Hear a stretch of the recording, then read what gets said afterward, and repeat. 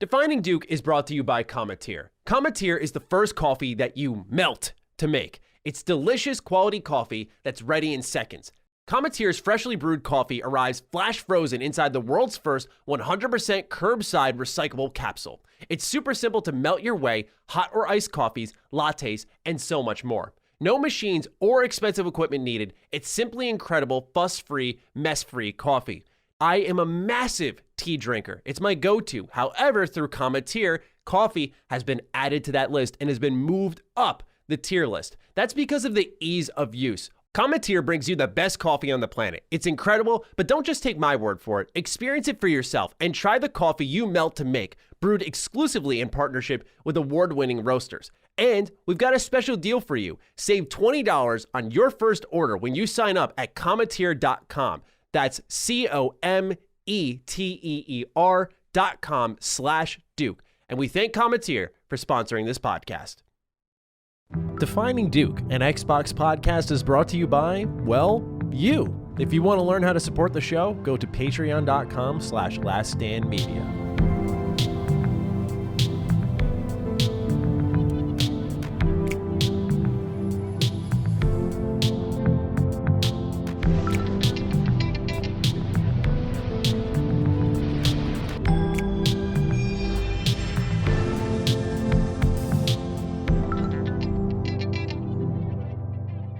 Salutations, everybody. It is Maddie here today, and welcome to Defining Duke, an Xbox podcast. This is episode 55. As always, I'm joined by Xbox's next acquisition, Lord Cognito himself. Cog, how are we feeling this week? Ooh, yo. What a Duke episode this is gonna be. Yeah. Listen, man, I'm doing good. I'm glad Microsoft didn't acquire me or my family, you know. I'm okay. I'm safe right now. All right, good. You know, the antitrust people said it's cool. Yeah. I'm all right. But yeah, man, I'm doing. How you doing, man? What a week, right? What's going on with you? Yeah, I had some big game vibes today. You know, when you wake up, your team's in, the Super Bowl, World Series. We don't really know that as Mets fans, but you know your team's in a big game, or maybe you wake, for those who play sports out there, you wake up like today's the big game, right? That's how I felt all day with this show. Like it was just in my head. Like I was like 5 p.m. It's game time. It's game time. It's all I was thinking about because, of course I do videos on my channel, but for me, like the long-winded breakdown, multi-hour of everything that's transpired, I could not wait for it. So really excited for this conversation. We know the audience has been waiting a while for a big move like this to occur while the show is active. If you're new here and you're listening to our show, thank you so much for tuning in, giving us some of your time. We promise to make it worth it. And for those who are interested in getting early access to our show, you can head on over to patreon.com/laststandmedia, where if you sign up, the show will go live for early access on Thursdays. Otherwise, free feeds, you'll get it on Sunday. So that's Apple, Google Podcasts, that's YouTube, Spotify, all those places will be there on Sundays. But we've seen the Patreon blowing up. A lot of people were asking about why didn't we do Defining Duke Ultimate as they called it an emergency episode, while Sacred Symbols Plus did. This was my call at the end of the day because we talked about it with Dustin. But when I saw Sacred Symbols Plus do one, and then we already know Sacred Symbols is going to talk about their main show. We're going to talk about our main show. Then we had a Defining Duke Ultimate, plus my channel, plus I know Cog shows. To me, it read as overkill, and I really wanted to keep this conversation as fresh as possible for the audience. So that was my call for our bonus show. Plus, we have a lot of great episodes in the tank, like, say, our Graham Smith interview. Graham Smith, co-founder of Drinkbox Studio. His game, Nobody Saves the World, just came out. So we talked to him about the business side of games. If you want an in-depth conversation about money in video games, really, I drove that point home. Like, how are you getting the money? How are you doing it? How's Xbox helping this happen? The Game Pass deals, how they work. Graham really gets into it. So if you're looking to inform yourself more on the business side of gaming, it's a Patreon show, Defining Duke Ultimate, Graham Smith interview. Cog, it's a good one, right? Yeah, bro. I really enjoyed that interview. I walked away extremely impressed. He gave us a lot of gems. We got into the mechanics of the industry, indie, his history, obviously this great game, Nobody Saves the World. Highly recommend. Listen, I'm telling y'all, man, Ultimate is out here. It's moving. It's a great show. Please subscribe to the channel because that is one of our better ones. And I could tell he enjoyed himself. Like he really liked rocking with the Dukes, man. Please check that out. We learned a lot. Trust me.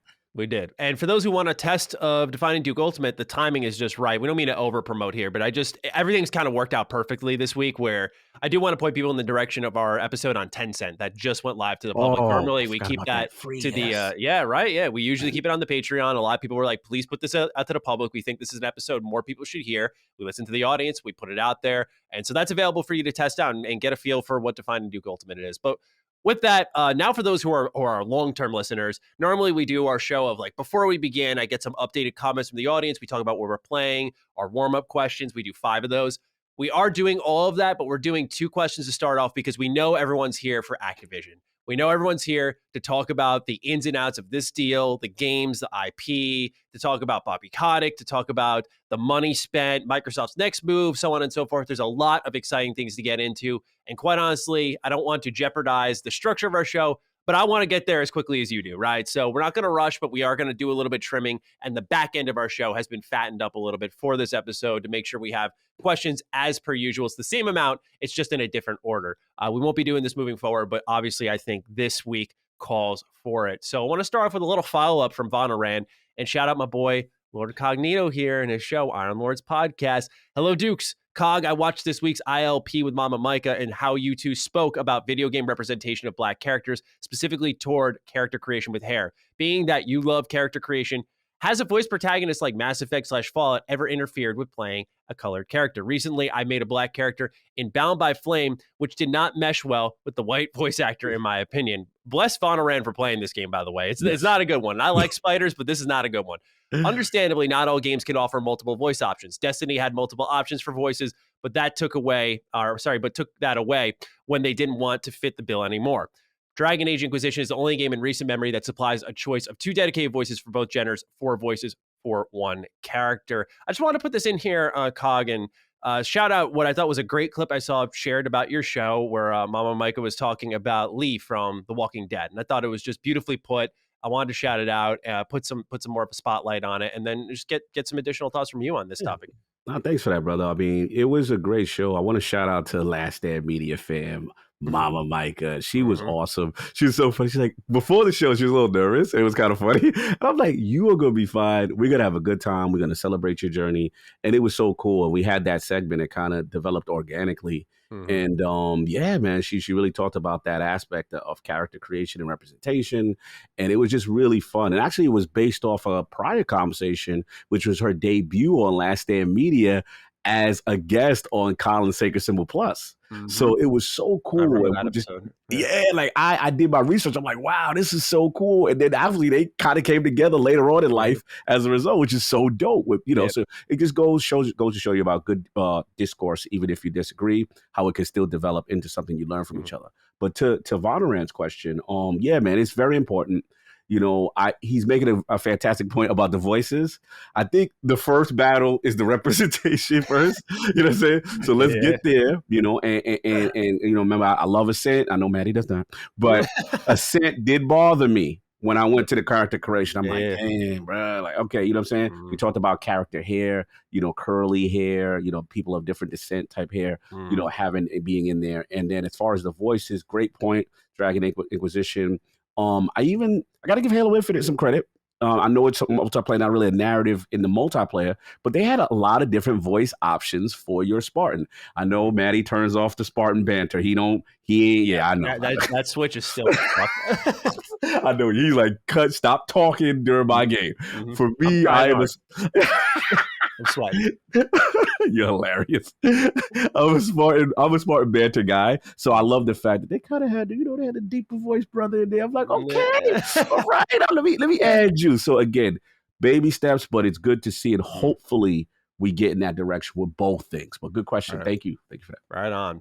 Just wanted to shout that out. Before we get into our warm-up questions, as always, we talk about what games we're playing. Cog, we both have a different list this time around, I'd have to say. We've been rinsing, repeating a little bit these last couple of weeks. I'm excited to hear more from you on especially one game in this list, one that cracked the Game of the Year list, that cracked the top Game Pass game for me. And you've been playing the new expansion for Outriders. I gotta. Normally I let you pick the order, Cog, but I need to get to this one. Is it good? Yeah, it's good, bro. Like, the addiction is back. Because what happened for me was I did all my, I told you the last Duke, I did all my Destiny homework. So I'm prepped. I got all my prime weapons. Whatever Bungie tries to change up the sandbox meta, I got everything covered. So I did my homework. Now I'm like, all right, let me see. So I'm looking at my games list. I'm like, you know what? Outriders, new content. Haven't played you. And then one of my characters, I think my Technomancer, I wanted to just end it. I was right at the end, close to the end. So I grabbed my boy Sinners. I said, yo, just help me. Let's two-man it because he's super powerful. So I was like, let's two-man. We beat it with my Technomancer. So then the Expeditions comes up, which now unlocks the new mode. So what's cool now is they have the current, the way the end game is really cool. So what happens is you end, not spoiler, you end the game, and then there's these pods that are all over the planet or all over the map. Right. And then you go to each pod for the map, and there's a cost. Like some are free, you could just do it and just search for the pod, and it's its own separate mission. And what happens is, like, one was this like really dank jungle. You go in and you're fighting all these wild creatures. You go deeper into this kind of subterranean warehouse, and I'm like, okay. And then like it's just action packed, balls to the wall. Oh, not like a horde mode. They had sections where you have to kind of defend a point and stand next to something, and then stuff is coming at you at all angles. And then they had other different things. So it is really exciting. It's very challenging. And what I like is you have to come in there with your best loot. And this is where the mid-maxing starts. Okay, let me start putting things that really maximize skill, survivability. And when you beat these things, they're challenging. But there's a pod at the end, and then all this loot comes out. And you're like, yo, and then it starts again. And I'm like, and then you unlock one to open up more and more. And you can scale the difficulty, but it is so addicting. And I have to admit, stability, tremendous. Graphical fidelity. They did a lot of stuff with the control now, analog sensitivity, dead zone placement. It is stable. It looked better. I haven't played it in a while. I'm like, damn, Outriders, you all right? Now, doesn't look like a 360 game anymore?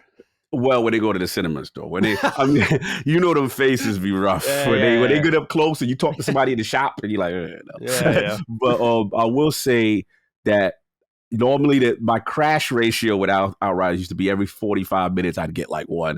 We play about 4 to 5 hours. I did get one that dashboarded me. Okay. But I was like 4 to 5 hours, I let it go. But Outriders was popping. Nice. I do like it. It's end game content, so you have to end the game to get to this stuff, this New Horizon. But it's really cool. They made a lot of good changes. So I've been doing that. Obviously, I had our boy Graham on, so I had to start. Nobody Saves the World. Let's hear. It's charming, man. It's so fun. And like, you know, again, I'm very early in the game, but I actually like the music. The music is like very low key underrated and fun. And it's just so silly. Like, I have my little mouse and I'm doing the chomp and I'm doing the poison. And then like the fact that you think it doesn't take itself seriously, but then you open it up and it's like, yo, I got skills. I got RPG mechanic. I got a side. Yeah. I was like, yo, this is deeper than what you think. This is not just a simple, cute little game and you just going to button mash and that's it. And it's fun. So I want to try it though. Co-op. I want to really test co-op because you know me. I got to see. The co-op game because remember Graham said he done put in the Divine and Duke Ultimate he done added that aspect because Microsoft asked. Xbox wanted the multiplayer. You know what I'm saying? Wait. I didn't want to say it while Graham was there, but remember Xbox has claimed they don't want multiplayer for Game Pass. I heard that my alarms were going off, but I had to put professional Maddie in his place. Like, yes, just raise your tie a little bit, bro. For all the listeners. Go listen to that Ultimate. We learned some things. And Maddie is absolutely correct. Because I kept it professional. I was like, didn't know this. And I'm like, continue, Graham. So yeah, it was definitely interesting what we learned. So for that Ultimate. And then last thing, of course, still Lord Oculus, got to do my Demio. I'm still addicted. I'm still coming. Look out for us. I'll plug a little bit. The ILP will get those devs on, and we'll probably get them on in reference to when they get closer to a PC release and stuff. Nice. Trying to nudge them on a console. Get that thing on there. And what you been playing? Yes, exactly. What you been playing? All right, so I've been playing one oldie, one newie. Let's start off with the new one here, because I think the oldie will surprise people. I've been playing Rainbow Six Extraction. Ooh, tell me, this is a new day one Game Pass drop. This is a game that's coming from Ubisoft. $40 is the retail price tag. They gave me a review code. I was planning on dropping a review on my channel, but Activision kind of happened. I was like, All my week's plans are out the window now. We are changing everything. Let's be agile here. Let's be great. And so, sorry, Rainbow Six, but yeah, you got put on the back burner. Obviously, if it was something else, I would have worked it out. But Rainbow Six Extraction, it was just a spin-off Ubisoft title. I felt like maybe a full review would have been probably a waste of my audience's time in a manner of speaking. So I wanted to deliver some thoughts here on the show. This game, I saw it getting a pretty medium to mediocre reception. It was 7 out of 10, 8 out of 10. I think that's fair. I do. Okay. I actually don't dislike this game at all.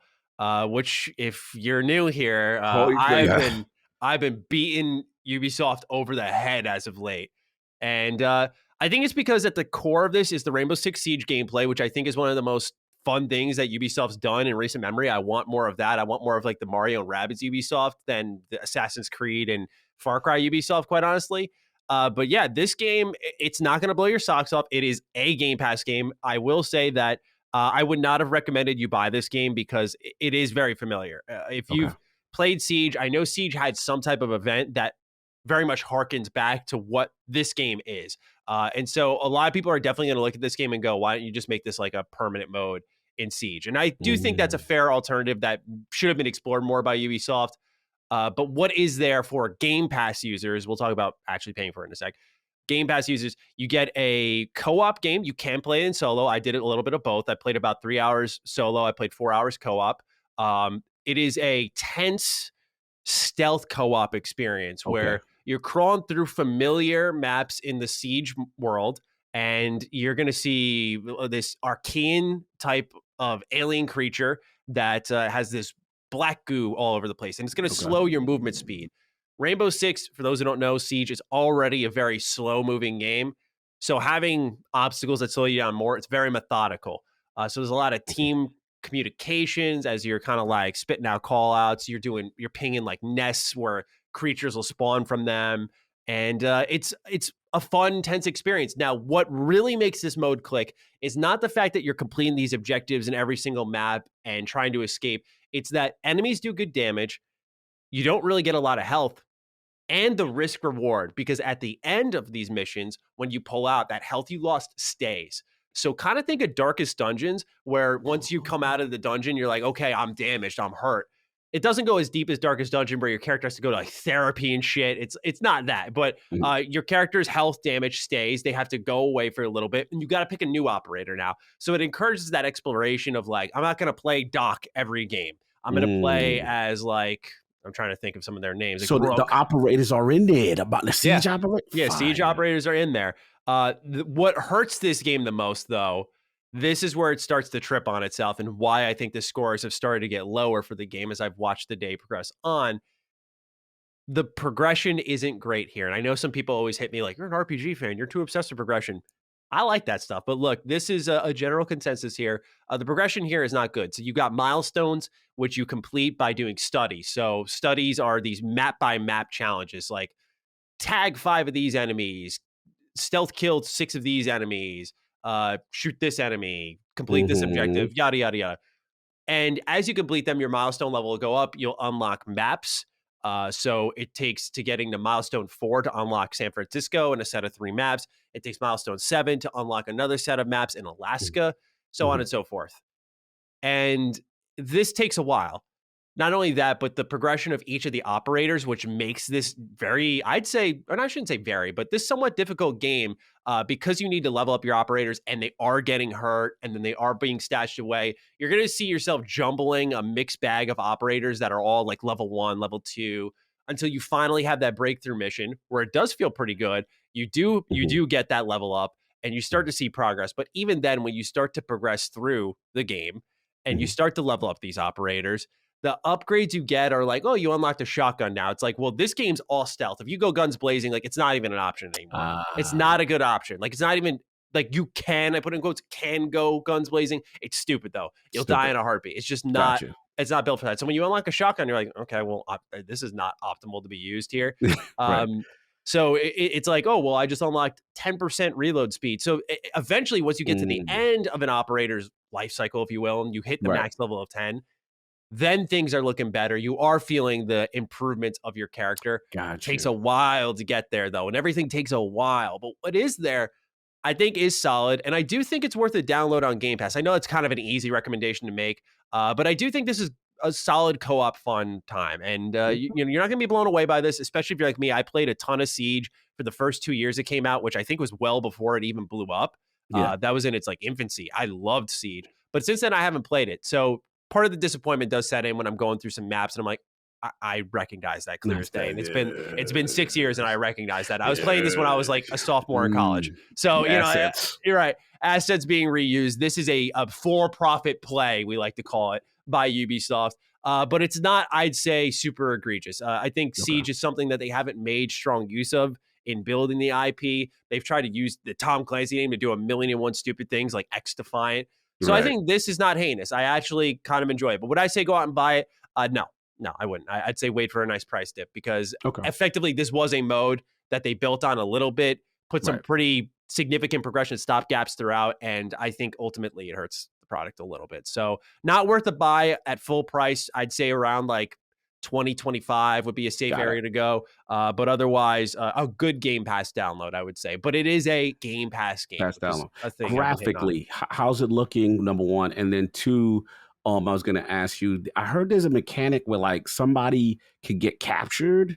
Yeah. That's actually, thank you for reminding me. Yeah. So it's not just that you can get damaged and your health will carry over, but also that if you die in a mission, your character will get captured. You'll have to go on extraction missions and go like retrieve them.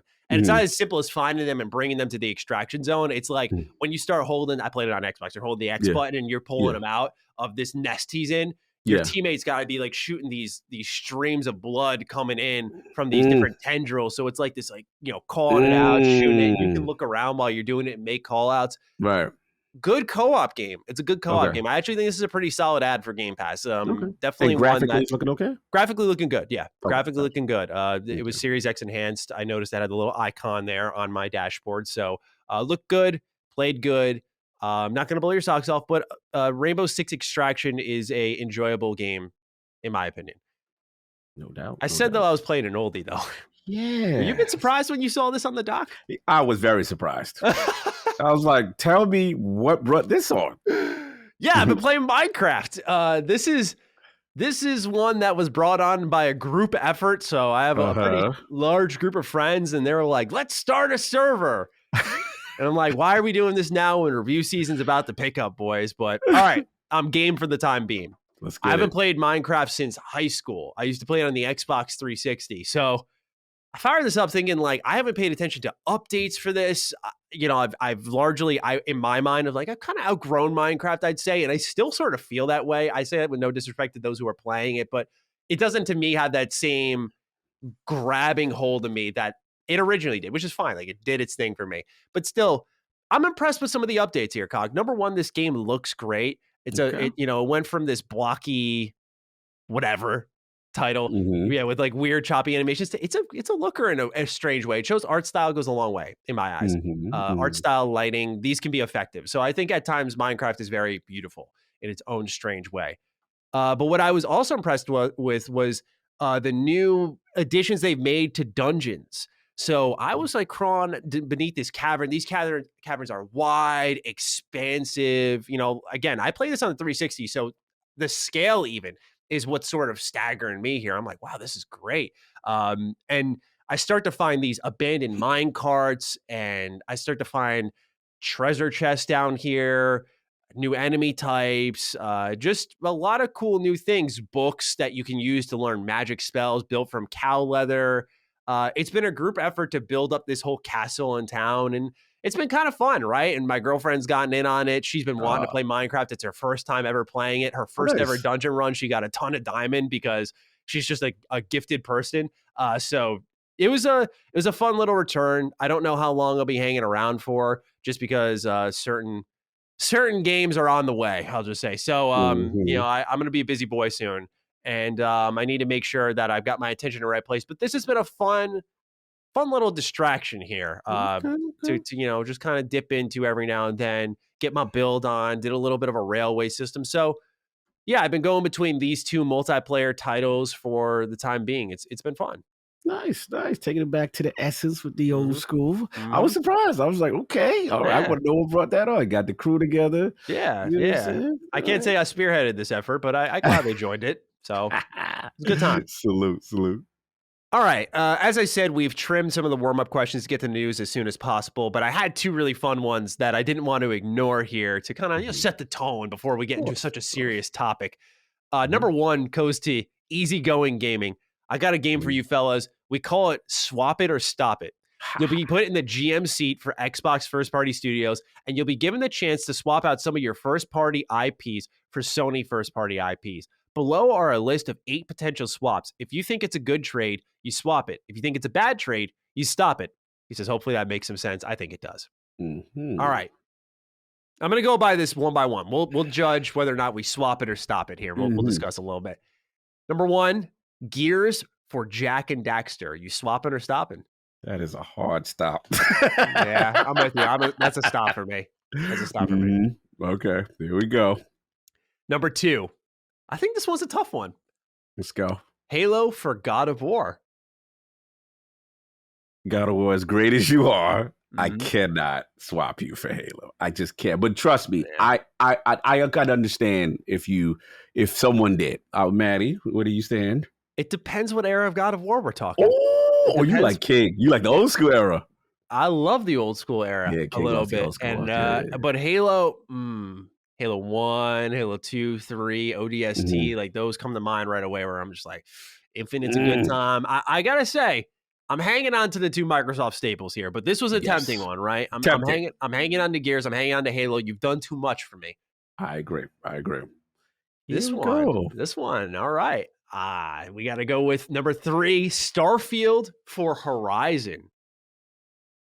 This is kind of sacrilegious because we still technically don't know what Starfield is. Technically, I mean, if you watch a Maddie Plays video, think about it. This is like trading a first round draft pick for a proven talent for a little bit of a bet. Yes. Are you doing that? They're gonna call me a biggest Xbox fanboy, but I'm staying with Starfield. Bro, I don't even know. Remember what I told you? Remember when I got called out or whatever, right? There are some things innately COG gravitates towards. Sci-fi, Bethesda A-Team, no disrespect, Alloy. Like the first one, as beautiful as that game is, I kind of got a little bored, kind of got a little disconnected. Now the second one, oh my God. Second one looks really good. Yeah. Oh my God. Like I'm not gonna front. The second one got me like, all right, you need to go back in. And I need to go back to the first one now that it's 60 frames. So listen, if people, the fanboys call me out, I'll take the L. I don't think it's an L because what we'll do after this, just briefly. They're going to kill me for this one. No, I know. I get it. But I'm with you, right? Like I'm keeping Starfield as well. I'm keeping my highly touted draft pick. I think there's a lot of potential in Starfield. But here's the thing, right? Because what I'm thinking of number one is if I say, all right, I'll do the trade because we don't know what Starfield is, I don't need this haunting me in a year. All right. I don't need this hanging over my head in a year. I'm not going to get rid of my rookie star.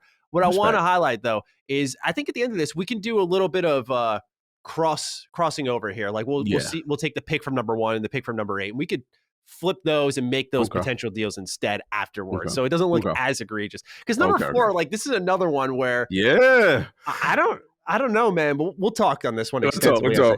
Number 4 is State of Decay for Days Gone. Now I think Days Gone in a lot of ways is the higher quality title, but Days Gone as a story to me sucked, and I wasn't really clicking with the gameplay. So State of Decay, though, its mechanics, I think are really fun. Ever since the OG Xbox 360 arcade release, the Summer of Arcade. I mean, that was a icon in that era of Xbox 360.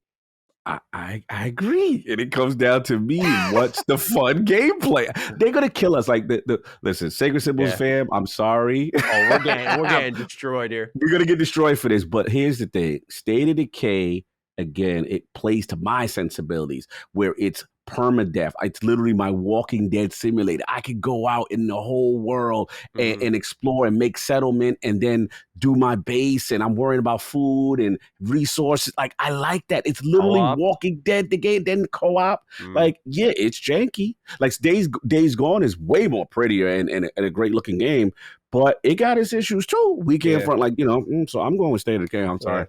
And mind you, for those listening, I did play Days Gone in the review period where it was not that great. So I do hold probably a different opinion from Yeah. those who hopped in late and call it a hidden gem now, which I understand and respect. Defining Duke is brought to you by Cometeer. Cometeer is the first coffee that you melt to make. It's delicious quality coffee that's ready in seconds. Cometeer's freshly brewed coffee arrives flash frozen inside the world's first 100% curbside recyclable capsule. It's super simple to melt your way hot or iced coffees, lattes, and so much more. No machines or expensive equipment needed. It's simply incredible, fuss-free, mess-free coffee. Now, if you don't know this about me, I am a massive tea drinker. It's my go-to. However, through Cometeer, coffee has been added to that list and has been moved up the tier list. That's because of the ease of use. All you need to do is add water to enjoy it, hot or cold. And with Cometeer, you can have that high-quality, balanced cup of coffee in the time it takes to boil water or fill a glass with ice, all for a fraction of the price of cafe coffee. So it's a really good deal and it respects your time. Cometeer brings you the best coffee on the planet. It's incredible, but don't just take my word for it. Experience it for yourself and try the coffee you melt to make, brewed exclusively in partnership with award-winning roasters. And we've got a special deal for you. Save $20 on your first order when you sign up at cometeer.com. That's COMETEER.com/Duke. And we thank Cometeer for sponsoring this podcast. Number 5, it's crazy. Yeah, number 5 is where it pops off. And I think, I don't know, man. Elder Scrolls for The Last of Us. We're talking Skyrim, Oblivion, Morrowind. I think I would do this. Oh man, now we're really charting into bad waters here. But I'm sorry, Last of Us Part 2, man. I don't know. I don't know if I could pull the trigger on this if it was just the first one. But when we start to look at the sequel, that's where I'm like, you know what? Maybe this is a solid game. This is a good game. But I think we're looking at a series that could have been just like a one-off, one and done. Yeah, I think I remember when 2 got announced, people were like, well, do we necessarily need one? And let's be clear. Last of Us 1 is a masterpiece. It's a classic. Now King, shout out to him, he goes hard for Last of Us 2. Really? You know what I'm saying? He goes hard. Like that's his game, like Drunk Neil and them, like he goes hard. But I mean, Oblivion changed my life. Even they agree. They're pumping for Elder Scrolls. Right? You know what I'm saying? So it's like, bro, that changed my life. Then you're talking about Skyrim, which is arguably the GOAT. Right, like Skyrim. I think this is a great one because we're talking about 2 GOATs. We're talking about like the open world GOAT talk. Fantasy GOAT, and we're talking about like the narrative GOAT. Like, these are impactful games. I think you're not losing either way. Yeah, this comes down to preference. This comes down to, are you an RPG guy, hardcore, or are you this, the cinematic narrative story, emotional beats, very dark, grim, that post-apocalyptic kind of thing. Like, I get it. You know what I'm saying? I get it. Like, you can't be mad either one with this one. So I agree. This next one. This one's hilarious. Number 6, Fallout for Uncharted. I'm keeping Fallout. Like, I'm not even entertaining the discussion on this one. We're going to get kicked off for a Last Stand meeting. Bro, we haven't picked one PlayStation game. Don't worry. Don't worry. I got something coming, though. Yeah, we got some. It's just backloaded. That's all. Yeah, it's just... Wait. Let me wait. I want to hear your reasoning about Uncharted, though. Look, I think Uncharted. I don't deny its technical prowess and what it did for us as an industry, but there's a ludonarrative dissonance here that just I could never escape with this series. Like this would-be hero who's like a psychopath mowing people down, but then talking out his ass the next moment. I just can't co-sign Uncharted. Okay. I don't sit out here and really wave the overrated flag often. This is one where I feel like it sometimes falls into that territory. Yo, I never knew we shared this. Yo. But I just never... I think it's because I don't have the historic bug as much as others. I do like history, but certain periods. Not the ones that Uncharted explores, which if it does click with you, there's a lot there. It's really cool how it plays with it. Like, this is going to be a hotter take. I love the first Uncharted. I love Drake's Fortune. I love the way that it surprises you at the end with some connections to history. I thought that was awesome. From there, I was like, this is good. Okay, this is good. Like, I just never really synced up with this series much since that first game. But I feel like if you're a history buff, there's a lot here. But just for me, Fallout, speaking of history, this is an alternate history game based off my favorite era, the 50s, and just seeing how it splinters in this different pathway, post-apocalyptic, another thing that speaks to my soul, in an open world, which speaks to my soul, in an RPG, which speaks to my soul. It's just like this is no competition here. It's the same. Like for me, it's like Uncharted it's a graphical fidelity game. The character is absolutely outstanding. He's charismatic. We're not going to take anything away from him. You know, I remember I having issues with the unlimited enemy spawning and keep coming, and then, you know, the over the top bombastic stuff. But when you talk about, again, a guy that loves true RPG, and then I still think VATS is one of the greatest systems in gaming. Like VATS made me really fall in love with combat. You know what I mean? And I just love that aspect of it. And then, I mean, the special system, bro, like, they did too much for gaming for me. And I just love everything about the era. So, yeah. Here we go. Number 7, Fable for Spider-Man. This is where we swap. PlayStation Nation, I come back home. Look, Fable, I get it. You know, historic thing for Xbox. But you talking Spider-Man. You talking about arguably the greatest superhero game translated into a video game. Like this is the pinnacle, right? Yeah. This is what I get mad at Xbox for not having these type of games. I make this deal 100%. Yeah, Spider-Man, Fable, yo. Yeah. Love Fable.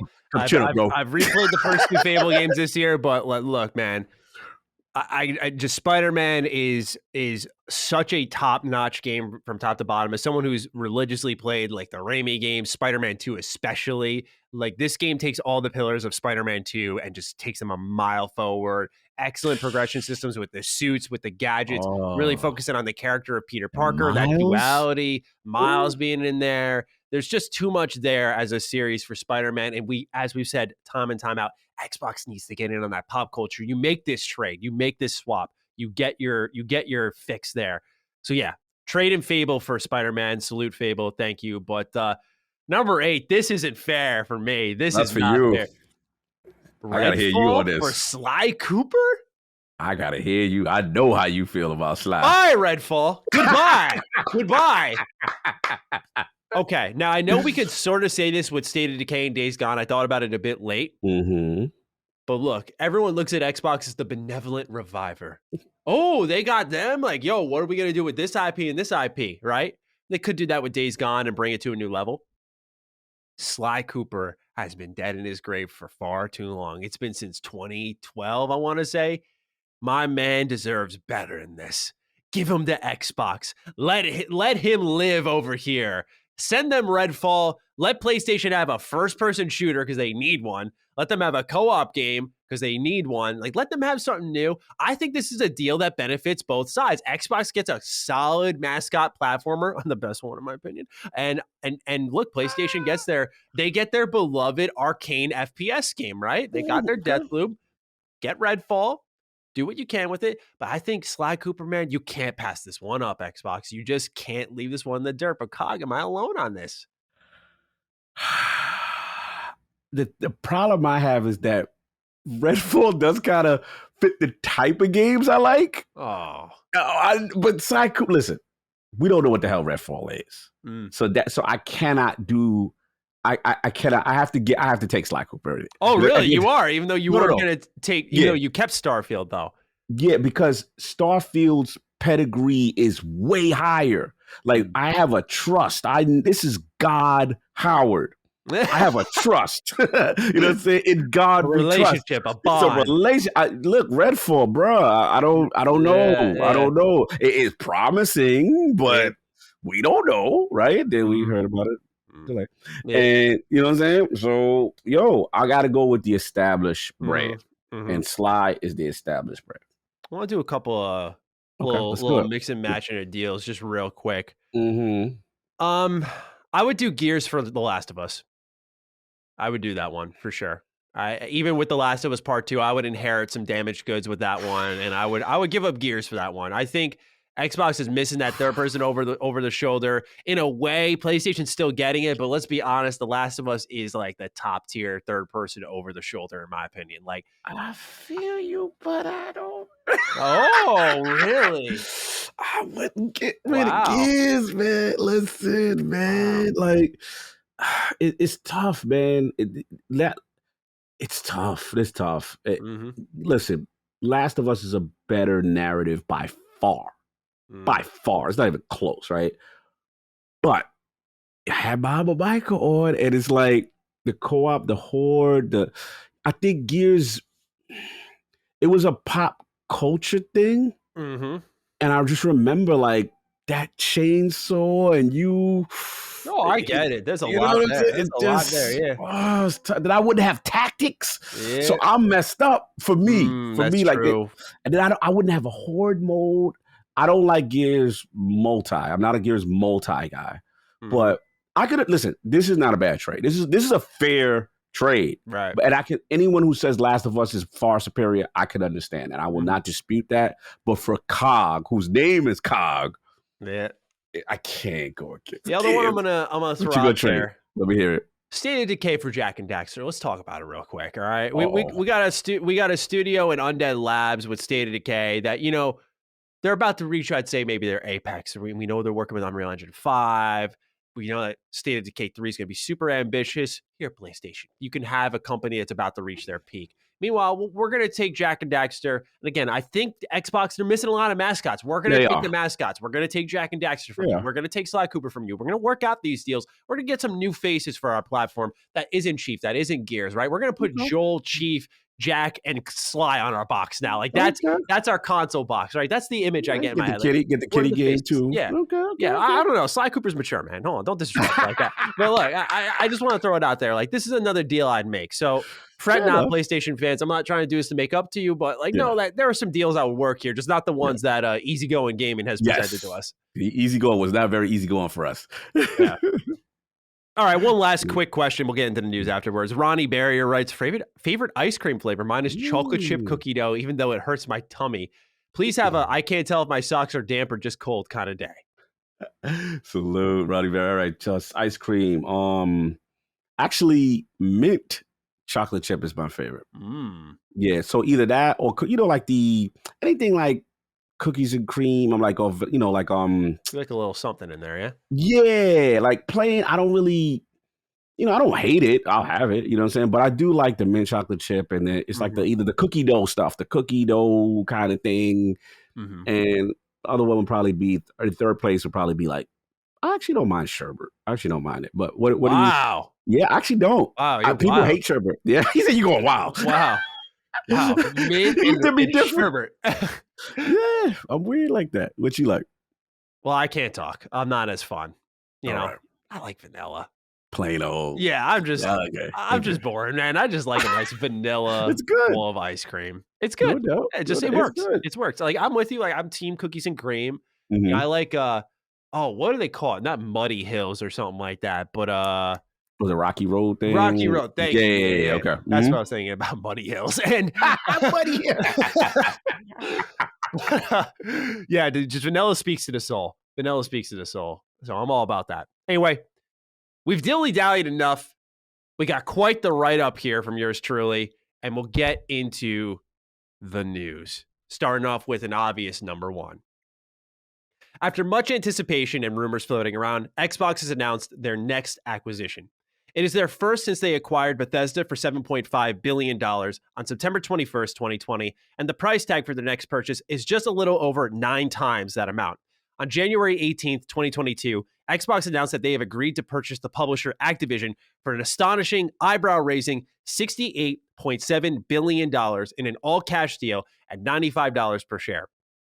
This acquisition seats Microsoft at third in gaming revenue behind both Sony and Tencent. Now entering the fold of Xbox Game Studios are developers Treyarch, Raven Software, High Moon Studios, Beanox, Sledgehammer Games, Toys for Bob, Radical Entertainment, Demonware, Digital Legends, King, and Major League Gaming. Beyond the plethora of teams, there are also a noteworthy amount of IP that can make their way to Game Pass as well as be expanded upon in day-and-date launches. Call of Duty, Overwatch, StarCraft, Tony Hawk, Crash Bandicoot, World of Warcraft, Candy Crush, Diablo, Guitar Hero, World of Warcraft, I wrote World of Warcraft twice here, and Spyro make out a number of generation-defining IP that the platform has now absorbed and can make exclusive if they so decide to. Speaking of which, Phil Spencer echoed an answer in an interview with Bloomberg that may sound familiar when asked about the exclusivity status of future Activision games. Quote, I'll just say to players out there who are playing Activision Blizzard games on Sony's platform, it is not our intent to pull communities away from that platform, and we remain committed to that, end quote. Now, just how familiar is this sentiment? On October 17th, 2020, before Bethesda's acquisition passed government approval, Phil had the following to say in regards to this exclusivity deal. Quote, this deal was not done to take games away from another player base like that. Nowhere in the documentation that we put together was, how do we keep other people from playing these games? We want more people to be able to play games, not fewer people to be able to go and play games, end quote. Since then, Xbox has locked down both Starfield and Redfall as Xbox Series console exclusives, with Elder Scrolls 6 also pinned down. Meanwhile, service games like Elder Scrolls Online and Fallout 76 remain multi-platform. Following a similar recipe would leave likely Warzone on multiple platforms while reining in the Call of Duty franchise for exclusive capacity. Phil Spencer also writes on his Xbox Wire post about the status of Activision's leadership, that once the deal is finalized, they will report to him at his new position of CEO at Microsoft Gaming. Indeed, it's not all pure hype, as Xbox is inheriting damaged goods in this deal. It has been a year of internal uproar for the newly acquired publisher. Toxic workplace conditions only skimmed the surface as the curtains were gradually pulled behind, let me reread that. Toxic workplace conditions only skimmed the surface as the curtains were gradually pulled back on a publisher that was toxic to work beneath. Allegations of sexual harassment, misconduct, unneeded layoffs, a blatant gender wage gap that repeated even when under investigation, and plenty more have run rampant for years. Xbox will have their work cut out for them, and if reports are to be believed, they know getting current CEO Bobby Kotick is the start of real change, as he was aware of all the grievances occurring within his own studios, and his own employees have been going on strike, as well as signing petitions to hopefully give him the boot. Wall Street Journal reports the following, quote, Bobby Kotick, Activision's longtime CEO, is expected to leave after the deal closes, according to people familiar with those plans. Activision has said in its announcement Tuesday that Mr. Kotick will, quote, continue to serve as CEO of Activision Blizzard, end quote, and then after the deal closes, quote, the Activision Blizzard business will report to Microsoft Gaming chief Phil Spencer, end quote, but the companies have agreed that he will depart once the deal closes, the people said, end quote. Phil Spencer revealed in an interview with Bloomberg that the talks didn't take long to heat up, as it all began, quote, late last year. Since then, a report from Jeff Grubb has suggested that November was the starting point of these talks. By an estimate, this would frame what Phil Spencer said, that talks have a maximum of 4 months or so to get to this point. For comparison, talks surrounding an acquisition of Bethesda began in November of 2018 for Xbox. And as stated earlier, we didn't see the fruits of that labor until almost 2 years later on September 21st, 2020. Alongside this news, Xbox confirmed that Game Pass has passed 25 million subscribers. This marks a growth of 7 million new subscribers since last January, when we were told about the service that was at 18 million subscribers. This not only shows Xbox's ability to grow with frequent additions to the service, but that they have managed to maintain current subscribers through staying aggressive, which they do plan to continue to do so. Right. There's a lot there to dissect. We can launch into this in a number of ways, Cog, because certainly there is much to be said. I think a gut check for both of us is probably the best route to go. And then we'll break it down bit by bit here and talk with the audience a little bit more. But how are you feeling about the new studio that will be a part of Xbox within the next year or so? Yeah, I mean, this is massive. I mean, when I was sleeping, and my phone was going crazy. And I'm sitting there, I'm like, okay, what is going on? Shout out to my boy, Mr. Boomstick XL. Shout out to my boy, Anchorman V2. And it wasn't until, because I'm in that good sleep. When you in that good sleep? Mm-hmm. And, shout out to my boy Hyde, who's the admin for lordsofgaming.net. And he hit me twice. And I'm like, no, something's going on. I'm like, oh, God, I hope nobody ain't die. Yeah, that's what I was thinking when you called me. So I get it. He's like, bro, are you paying attention? I'm like, what's going on? He was like, yo, Xbox just bought Activision. And I'm like, what? Mm-hmm. So then now my mind's going, I'm like, let me go check the homies. Maddie's right up. Maddie, yo, call him. I know Maddie sleep. So I'm like, Yeah. I'm gonna call him a second time. Hey, fix my boy, pick up with the dead voice. Hey, what's going on, God? What's up? I'm like, bro. I said, bro, you know, if I called you this early, I apologize, but you know it got to be important. You like, Maddie's like, what? You know what I'm saying? Like, I'm like, yo, they just bought. Same thing. I go down a line. I hit Rand up. Rand. He's like, what? Like, you know what I'm saying? Everybody with all processing, right? So I'll start off to say this. You know, because there's a lot of, we're going to hit this from a lot of angles, right? Mm-hmm. But from an initial thing, my thing was being an older gamer, right? This is how I look at it. I've seen generations come and go as far as people being competitive and people not, right? I've seen people dominate a generation and then go away. I've seen the fall of Sega, Atari. I see the Nintendo drop the Wii U, look like they're about to be out the game, right? Well, I'm saying all that to say this. Every generation is a clean slate. It's a clean slate. It's a new start, right? And what this is showing me, Microsoft is still here to compete in this space and fund their service, right? Which is Game Pass. And we'll get into the specifics. We'll get into what we think is going to happen and all this. This is an extreme power move. And why I say so is because Maddie, me and you just finished talking about Xbox Game Studio lineup last week, right? We sat there, we like, yo, 2022, bro. A lot of the Xbox community popping bottles, remember, from 2021. I gave it to Xbox. I said they had an overall more complete year than Sony, in my opinion. But when I looked at 2022 and I looked at Uncharted, Sifu, for Horizon Forbidden West, Forspoken, you know, God of War Ragnarok, Gran Turismo, you are not competing with that based on what we knew at the time. Now, the second half is good. So in my opinion, we both said they're going to have to do something, right, with Game Pass. We said whether it'll be, you know, putting something, a third-party deals, or I got to give myself a little credit. I said, what I said? I said, what would be nice? Sometimes that acquisition. I said that acquisition talk would be nice because then you get the pressure off and then the wonder starts. Oh my God. In the same vein they did with Bethesda, because remember that Xbox launch, Series X launch was barren. They didn't have much. But when that Bethesda joint was announced, you're like, oh my God, the possibilities. That's what this represents. I got more to say, but I want your initial thoughts as well when this thing bombshell hit. Yeah, obviously, as you documented there, a lot of shock and awe when this news landed in everyone's lap, because for those who have listened to this show, we've speculated endlessly on the list. And our list always returned to the likes of Ubisoft. It returned to Bungie at some points in time. We talked about Take-Two as like an extreme example. We talked about Warner Bros. Gaming because based off what Phil Spencer had been saying, we're looking for family games, we're looking for social games. He never indicated we're looking for the biggest first-person shooting franchise on the planet, because you already had that in Halo. You have some of that in Doom. You have Wolfenstein. You have Fallout. Like, you have big FPS franchises.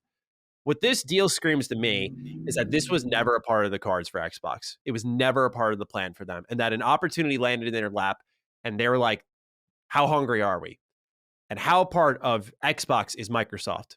And when you see Phil Spencer's new position, CEO of Microsoft Gaming, this effectively brings them to the table, where I was reading a great thread on Twitter that really informed us on the idea that now when financial results come out, Xbox is a bigger part of Microsoft than ever before. And we're going to start to get more details on them. And the ups and downs of that will be a little more extreme, and they'll be a little more reactionary to shareholders because of it, because now they're a big part of Microsoft. Now it's not small ball anymore. You just spent $70 billion almost, not to round it up here because I think that's annoying, but almost that amount on a giant publisher to fortify your gaming division. This is no small feat here. So now Microsoft is truly, as they said, all in on gaming. And what did they mean by that? They meant when an opportunity like this lands in their lap, where the report is Activision walked into Microsoft's office and said, we want to sell to you. Repeat that statement. Activision walked to Microsoft and said, we want to sell to you. Thank you. That Microsoft is hungry and saying, well, we're going to do this. We're going to make our brand bigger, better. We're going to strengthen our subscription service. And this is kind of it's a little throwback joke here. Microsoft is the story of the man with the flannel, right? Think about the man with the flannel, right? I love the flannel stories. Yeah, the flannel story originally resonated with a man who played some arcane games before Deathloop came around. Microsoft's one of those men in the flannel, right? Or woman, whichever. Right? They're wearing their flannel. They had their games, right? But they were the old men in town. Grow away during the Xbox One gen. And I get it, right? Because they were not the thing then. PlayStation's zinging them with the used games argument, rightfully so, right? But what happens is, what happens is they're like, talk about it. Xbox is going to remember that. You see the little Telltale notification pop up, right? They strap on that flannel and they're like, okay, it's time to go to work this generation. Mm-hmm. What's happening and why we're seeing such a strong reaction is because now the reach is getting further. Bethesda, for a lot of people, I think was avoidable.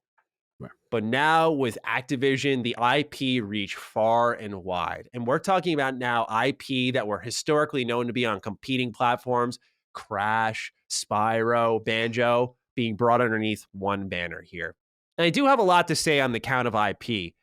And I want to get into that a little bit here. But my general feeling is this was smart by Xbox. That doesn't mean it's good for everyone. I don't know if it's good for gaming. We'll also talk about that extensively here. But this was a smart move for Xbox. They had an opportunity presented to them. And I think they should have taken it. Because, again, we think about if they were looking to sell, what happens when they go to Tencent? We had a whole episode on Tencent. That brings us into a whole other discussion. What happens when they start to take Embracer Group and they get too big? Mm-hmm.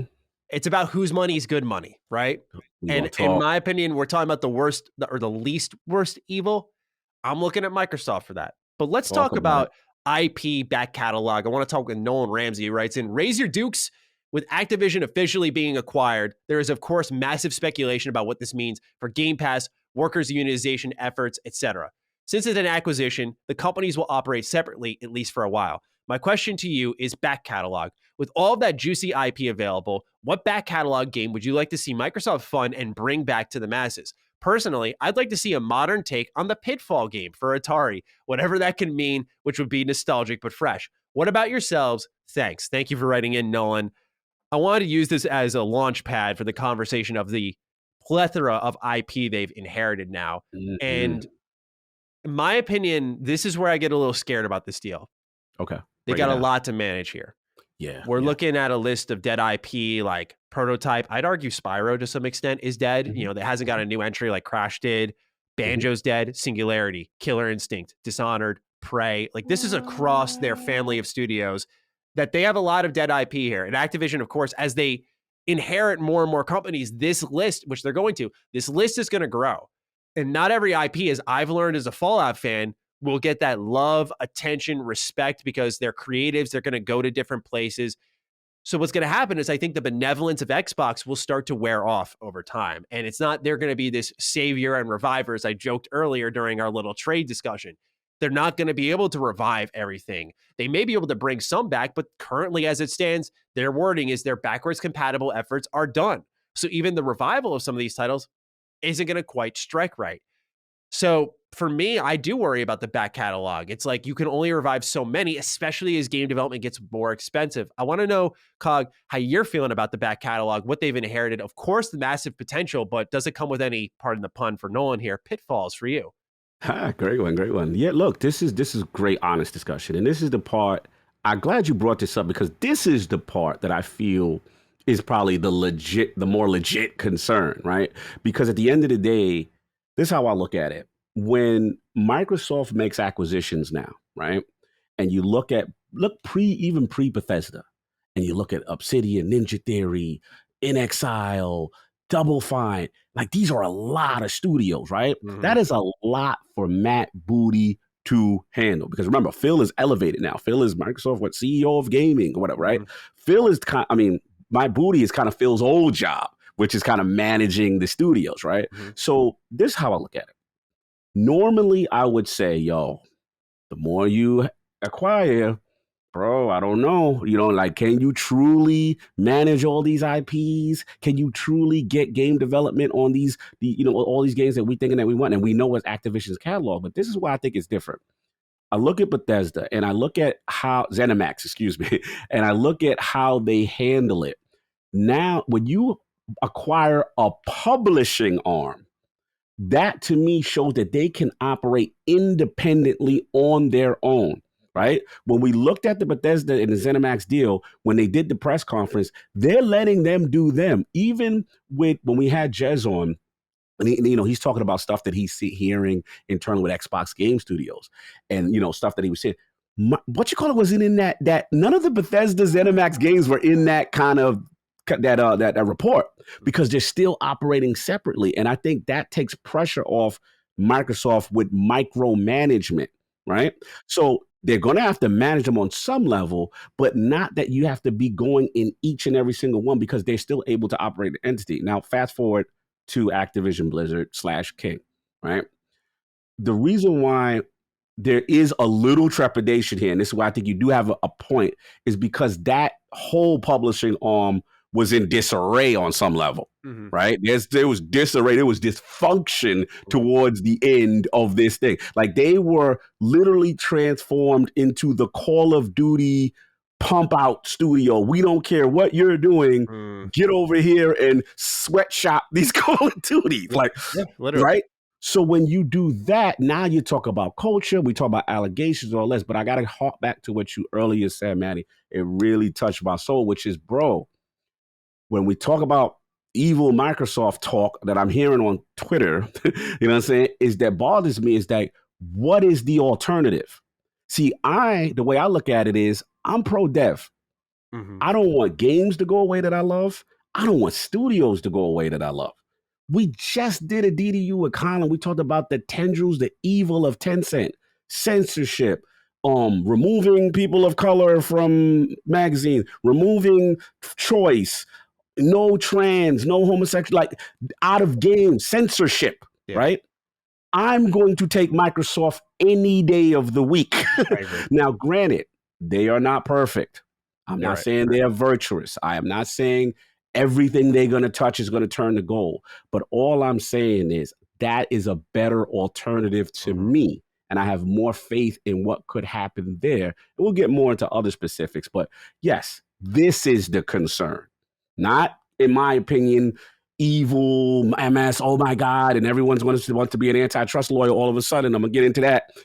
But at the end of the day, this is best for the devs and the future of these franchises at minimum versus the alternative. Yeah, beautifully set up, because you saw what was happening. Toys for Bob ripped off of their excellent remaster jobs to be put into the Warzone cycle. The Tony Hawk games were about to stop, and they were going to be put into the Warzone cycle. We saw layoffs occurring. And I guess the question I pose myself before I get back to IPs is like, what's the better alternative? I was thinking about it, and I don't know if I really have a good answer, but it's like, do you want one massive publisher here like Microsoft handling all of these other publishers? Do we want that level of consolidation? Or do you want one publisher out there independently, Activision, running a shit show effectively, toxic workplace environment, dismantling of IP, stripping creative control? Do we want that? Is that what the independence, I put this in quotes, the independence of those studios has granted them? Because to me, it seems like they need to be washed out clean. If you read the wording from Phil Spencer, this was not in any of the Bethesda write-ups. Until this transaction closes, Activision Blizzard and Microsoft Gaming will continue to operate independently. Once the deal is complete, the Activision Blizzard business will report to me as CEO of Microsoft Gaming. Like a bit of a chest out, like they're coming to me after.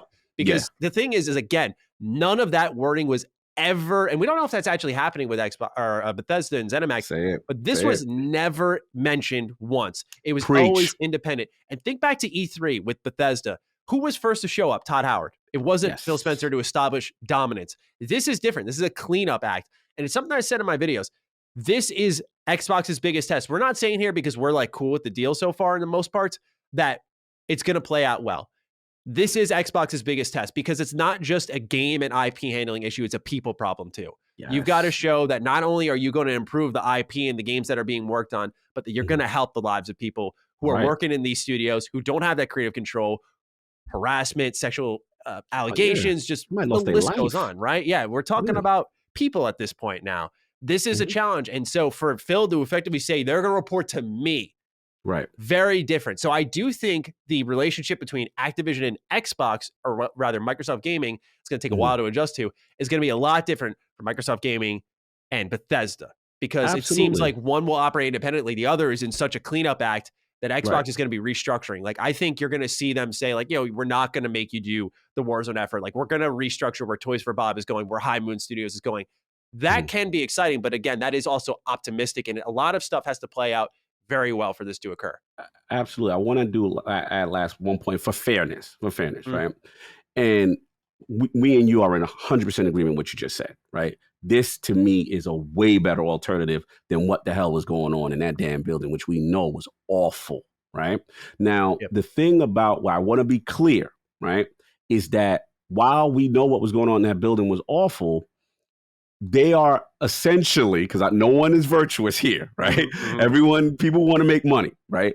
They are in essentially, because the rumor is Kotick is going to go away. You want me to get into that part? Yeah, we got Please, more. please Because go for it. Go for it. okay, because the rumor is the concern was Kotick was going to stay on. Bobby Kotick or whatever. I always mispronounce his name. He I was going to call him stay on. cock dick. And there you have it. so, so the whole thing is like, let's be clear. To me, I make the analogy of like a foster home. I hate to get graphic, but it's just like if you had someone really abusing people in a position of power, right? And he's really not getting justice. He's getting paid and he's benefiting to go away, right? Let's just be clear. So I don't want to make it seem like Microsoft is completely so virtuous in this situation, because at the end of the day, business is business, right? Mm. And it's unfortunate that those who were abusing and knew of abuse and discrimination are not getting the true justice. So that part I empathize with people. But at the end of the day, when we come down to the core issue and we look down, okay, what would you rather have? I hearken back to, again, what you said. This is still for the children remaining left in that foster home. The abuser will still be gone. Mm-hmm. And for the people who choose to still and make games and have these IPs not forced to sweatshop another Call of Duty annualized, Mm-hmm. they have hope for potential for these IPs that we know that are dormant and below. But that was the last thing I want to say. Yeah, and I think it can sort of dovetail a little bit into a part of the conversation that we had to bring to the attention of people, which is meanwhile, this was all happening, Activision had reportedly looked to acquire both Kotaku as well as PC Gamer to sort of shift the public narrative.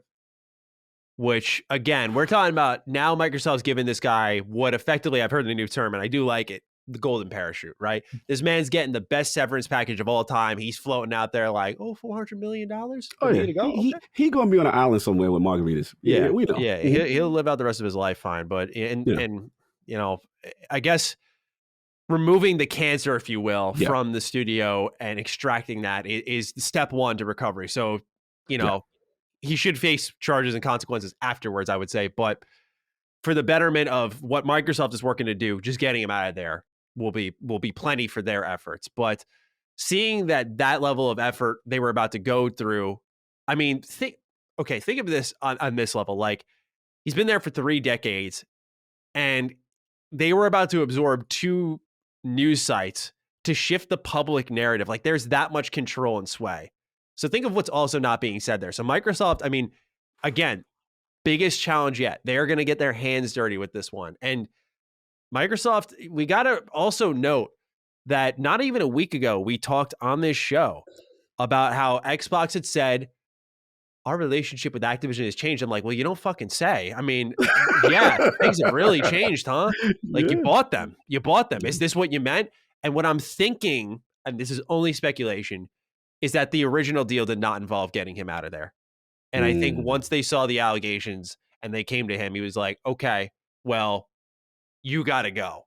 And there was an agreement there, like, you got to go for this to happen, for us to take you in, like, you have to leave. We'll organize this deal and effectively just shove him out of there. Active in appeasement, if you will. I could see that. I could totally see a scenario where that plays out. And then, yeah, from the reports we heard that, not only was they trying to buy media influence while, while the fire is rising in the building, right, with the allegation and everything, they're trying to quell it. They're trying to buy media influence, games media influence. He's putting out that he's trying to sell, and still while talking to Microsoft, seeing if he could get any other body else to bid to raise the price up. So this was the vibe I'm getting. This was a calculated effort to try to do as much as you can on the way out, because the building's on fire and you got to get out of here. You know what I mean? So I agree, and I wouldn't be surprised if it played out the way you said it played out. Yeah, it's honestly scary to read too. Like the headline literally says, Activision Blizzard reportedly considered buying Kotaku and PC Gamer. That should never be a thing, is my eyes. Like, that should never be two things that are intermingling. It's already bad enough, not to get on a separate tangent. It's already bad enough when, like, I hop on a website and, like, I see them coded with, like, Genshin Impact ads and stuff. You can see, like, the press and marketing teams are, like, so closely intertwined in gaming compared to standard media outside of gaming. Like, it's not good. And then you see something like this, and it's like, I don't like that this was even remotely a possibility, that they were thinking about trying this, that it was a consideration, that there was like a group effort possibly led to clear his name in such a wrong way. I mean, it's scary. I just don't like that it's a thing. But let's spin it back on track a little bit more here. I want to talk about antitrust stuff. It's been a major talking point. Ryan Goldner writes in, "Hey Dukes, quick question. Previously, the Bethesda purchase was one that Xbox could have reason for buying. However, the Activision purchase just seems outrageous in the terms of dominating a market financially. Any chance this one gets hit with an antitrust law? Also, what does this mean for games like COD? As someone whose entire friend base is on PlayStation, it will probably be the last time myself and others in a like situation purchase multiplayer games from this company. Any chance they keep making games multi-plat?" So two points to this question. Antitrust is the one I also wanted to go into here. How are you feeling about the monopoly known as Microsoft? This is the funny one. Now look, full disclosure, I am not any type of antitrust lawyer myself. I don't know. I have friends. I can only tell you what my opinion is and what my speculation is. For what I hear from people I trust, they don't anticipate their Microsoft to have any issues going forward with this type of deal. And what I'm hearing is, there may be some things that, whether it has to be slimmed down, consolidated, or to look good, so to speak, in front of said antitrust people. But the vibe I get is that they will be okay. And let's be clear, Microsoft does have some of the best lawyers around, themselves, to make sure they don't put themselves in position. But I say all that to say this, is that when I look at a situation like this, we got to be honest and fair. With this acquisition, they will not be number one. They will be the number 3 in gaming revenue. And that is behind Sony and Tencent, right? So even with this, they're number 3, right? Now, the reason why I'm saying all this, and I'm getting a little bit in my feelings, man, I'm getting a little upset because it's like I'm hearing again, we gotta look. I understand concern, right? I understand concern long term. I do understand. I want to be fair, right? But the reason why I'm getting upset is because this is how I look at it. Microsoft chose to bet on themselves with Game Pass and game subscription services. That is their choice. That is the way they are doing their business model. Sony and Nintendo is these great IPs. They sell off the rack, the kid system. Sony, we make the best games, right? What I have a problem with, Maddie, I hate to divert this question. I'm sorry, right? But I had to say it, is that what I got a problem with is just like, look, at the end of the day, right? Sony went out of their way to do timed exclusives, Final Fantasy VII, Capcom off, Street Fighter. 2021, they had an amazing acquisition studios themselves, right? Housemark, you know what I'm saying? Fire Sprite, Nixis. They were in the acquiring, right? So I say all that to say, I find it funny that the same people who have no problem with many of these things and these things being kept off of Microsoft platforms, right, and they're doing it their own way, right? Why is it a problem now when the other two are not interested in subscription services like that? Let's be honest. They've been going their feet very slow. They're not very warm, receptive to even think about that. They're still using the traditional retail model, right? And they're doing well. Nintendo's number one. All of this, the Switch is still number one. And recently, until like last month's MPD, which we'll talk about, Sony has been, dominating. They still got a lead, right? So that's why I said we got to relax with all this. Oh, this is evil. This is all this, because they're competing in a space no one else wants to go. They're forward thinking something. So I personally don't have a problem with it. Now, where the only concern I will say is if every year, like say Bethesda was 2020, whatever, Activision Blizzard King 2022. Let's say next year and the year, if every year is a publishing arm, right? Like if next year is Take Two, the next year after that is WB, then we gonna have a conversation. Yeah. Because it's like, fam, well, okay, now you know what I'm saying? Like this is getting crazy. That's all I'm saying. But that's the space they chose to compete, and that's why, from what I hear, the antitrust stuff, is not going to be an issue in this particular case, especially with them being number 3. But I'm curious to hear what you have to say about the antitrust stuff. Yeah, I wrote down a list of remaining independents in our industry just for some added perspective. Bungie, Capcom, Ubisoft, EA, Square Enix, Focus Home, Bandai, Sega, THQ Nordic, CD Projekt Red, amongst many others. Some growing, some smaller, some growing and getting bigger. I mean, there's a lot of independents that still remain, and I'm sure one of this one on this list of developers, publishers will sell eventually. Like I'm sure there will be a domino that falls. What I can see happening here is this effectively propelling a bit of an arms race, because I do wonder how many times PlayStation can take a punch to a face, right? Before they feel they need to respond. I feel like with Bethesda, their response was just right. Let's wrap up the studios that we've been working with for a while. Let's get Housemarque. Let's get Blue Point. Let's make a smart acquisition of Nixxes to do our PC ports, which we just saw God of War on PC come out. Insomniac was, right ahead of the curve before prices went up. Like they've been acquiring at the most rapid pace in well over a decade too. It's just that theirs have been long nurtured partnerships. So I think it's a difference in optics, but a lot of independents remain. And I do wonder if with the rumored Spartacus subscription service, what does PlayStation do on that front? Do they decide like, okay, we weren't going to do day and date exclusives. We're doing that now. Because at the end of the day, that's a win for the consumer. It's like, okay, well now you've got yourself day and date games that you don't got to pay $60 for. And you're going to see competition, which is going to drive these companies forth. Like PlayStation being dominant is what led to Microsoft doing stuff like this. And that's not to say it's PlayStation's fault for being good.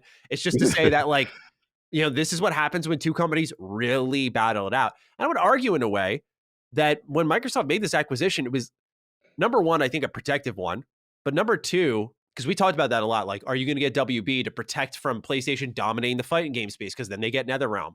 But I think it's a protective one for them to ensure that like Amazon, Apple, Google, like their actual, what they have said publicly before, like these are our competitors. We're not worried about PlayStation. These are our future competitors. They're paying those big bucks to keep them away from them, I think, is what's actually happening here. They've even said that publicly. Yeah, they've said it multiple times publicly. So I think PlayStation's counterpunch is going to be particularly interesting. The reason I bring all that together with the amount of independence, their counterpunch, is to take a broad look at how much is still available there in the industry right now. Right. I did do a little bit of looking around. Some outside of the gaming space woke up with this one. Not like how you and I woke up, but like the antitrust woke up a little bit. Experts woke up and were like, what's this? What's going on here? A lot of conversation from the outside looking into our industry here. This did catch some attention. What that means likely is you're not going to see probably another, unless it's very small scale, like developer absorption. You're not going to see an acquisition on this level until this is finalized and out of the way, because there is a risk there if antitrust starts to see more and more absorptions by Xbox, more acquisitions. They're going to be like, okay, stop. Like, we're going to get a regulator involved now. We're going to figure out what's going on here. So you're going to see them calm down a little bit, but there's still a lot available there. I talked to Richard Hogue, our good friend Hogue Law, Salute to Hogue, about the legality of all this. Mm-hmm. One point that he really drove home to me that resonated with me was about market concentration. And that a lot of this, when it comes to regulators, is optics driven. And it can go a number of ways. It's like, well, is someone going to look at it and say, Xbox has absorbed X amount of companies, whatever. But because they're leading the charge in Game Pass as a subscription service and they're dominating that space through these acquisitions, does someone get involved because of that? Because they're squashing competition on that front by making these rolling quarter exclusive releases where who else is going to compete here, right? Like who's going to sign up for Ubisoft Plus when maybe one day that'll be a part of Game Pass, right? Who's going to sign up for EA Play if it's a part of Game Pass? Who's going to buy an Activision game if that's day and date a part of Game Pass, right?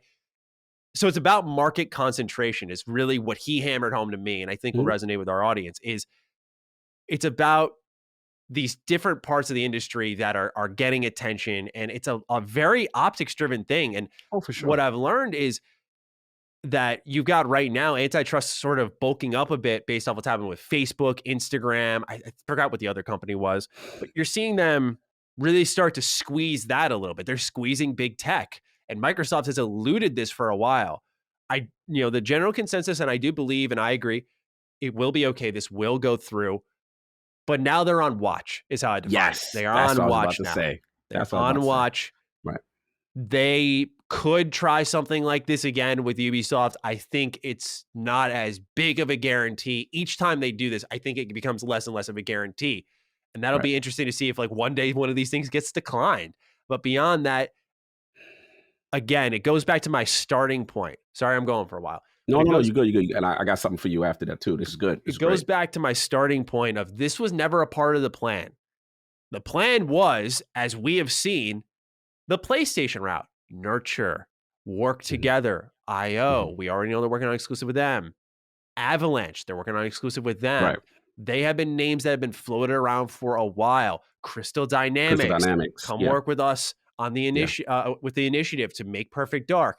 You see them nurturing long-term relationships. Gallagher, who was a part of Xbox for a while, part of Crystal Dynamics for a while, now leading the initiative, who's working with Crystal Dynamics to make that game. You see, there have been a lot of clear game planning moves. Sega, with the Super game and using the Azure servers. Again, not to toot my own horn, but just a lot of blatant game planning that you could see turning into something. Yeah, Double Fine helping them get across the finish line. What was the second one? In Exile, getting Wasteland 3. Like, see, this is you're making a good point, and I understand the concern as far as the whole nurturing and the buying thing.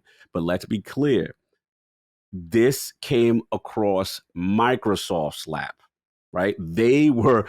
Activision went to them, right? This wasn't like they came in all the way through, but regardless of what the result is the result. But what I want to say is this, and market concentration, that's a valid point that Hogue's making. I'm not going to, dismiss that.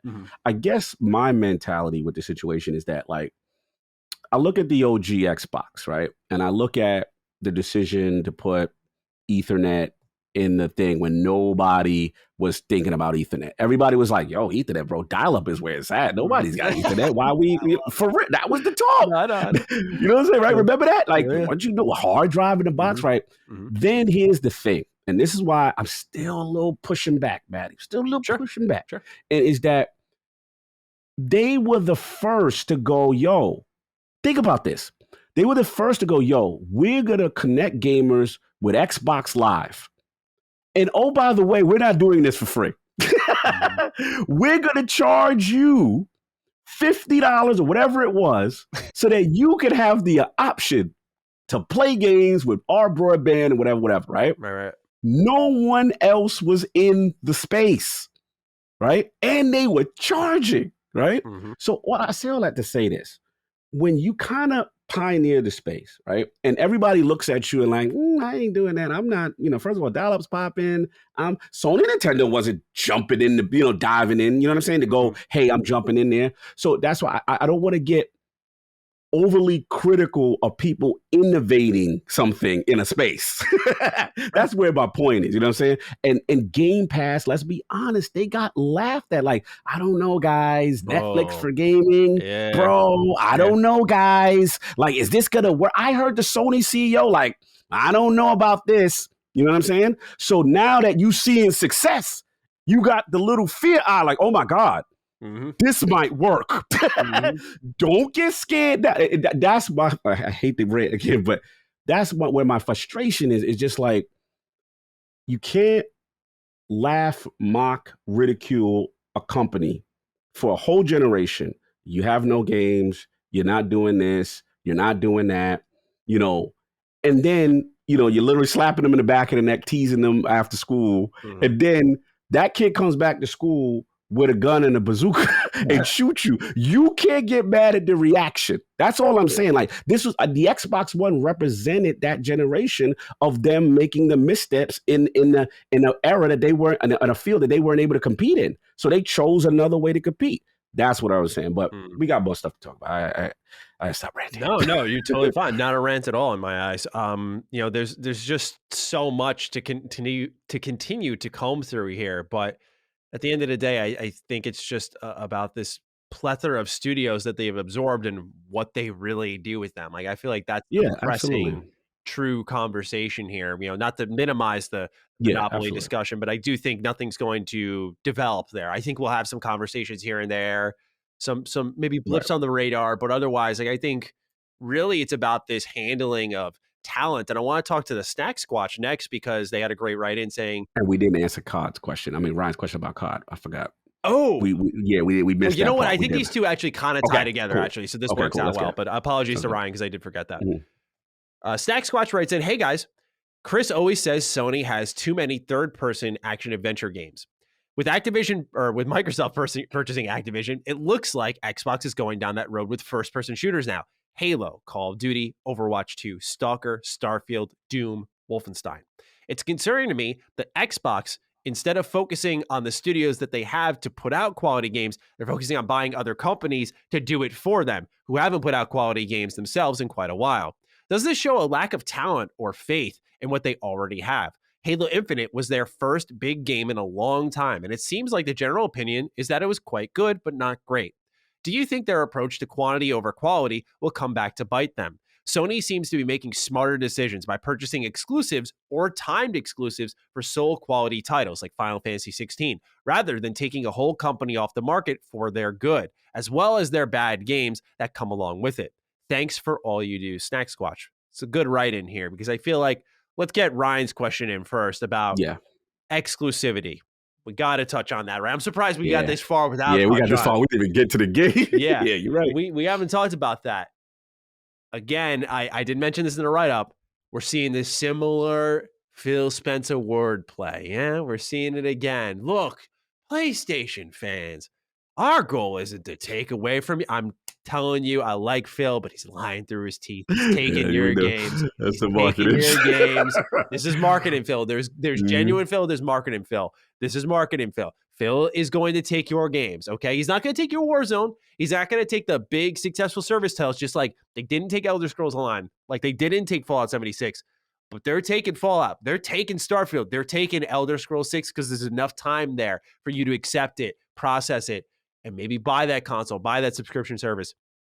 The reason they're not locking it down here is the longer they don't lock it down and say, like, it's exclusive, number one, good PR for them, gives them some breathing room, but it gives you time to kind of make that like, I think now's the time I get an Xbox, right? Before anything ever actually happens, before that line in the sand is drawn and there's outrage. But this is marketing, Phil.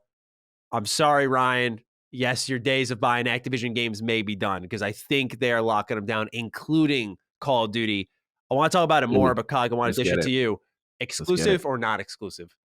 Yeah, man, I'm with you. I think you nailed it. I look, this ain't our first rodeo, bro. We've seen this legalese talk before, and two reasons. One, the legal aspect is still being worked on, and they're still deciding certain things on their own, so they really can't say. And then the second part is, look, again, like the Bethesda deal, when you spend $68 billion, there's a reason you want to feed your service, right? Now, I will say this.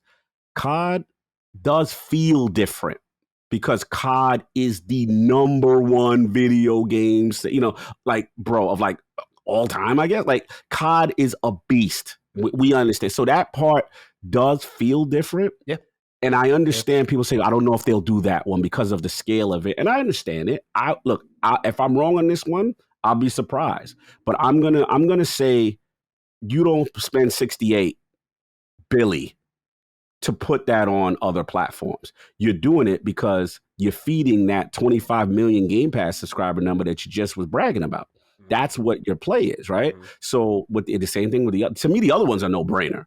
The Diablos, the Overwatch 2, the question with WoW, that's a huge franchise with as far as in the PC space.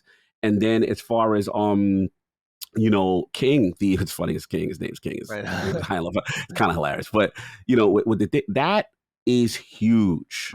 Microsoft wanting to get in the mobile space and Candy Crush, as much as I don't care about it, as much as it is massive. Huge. Massive. Yeah. So you're hitting all those major things that they want. And there's another thing about this that not a lot of people are talking about.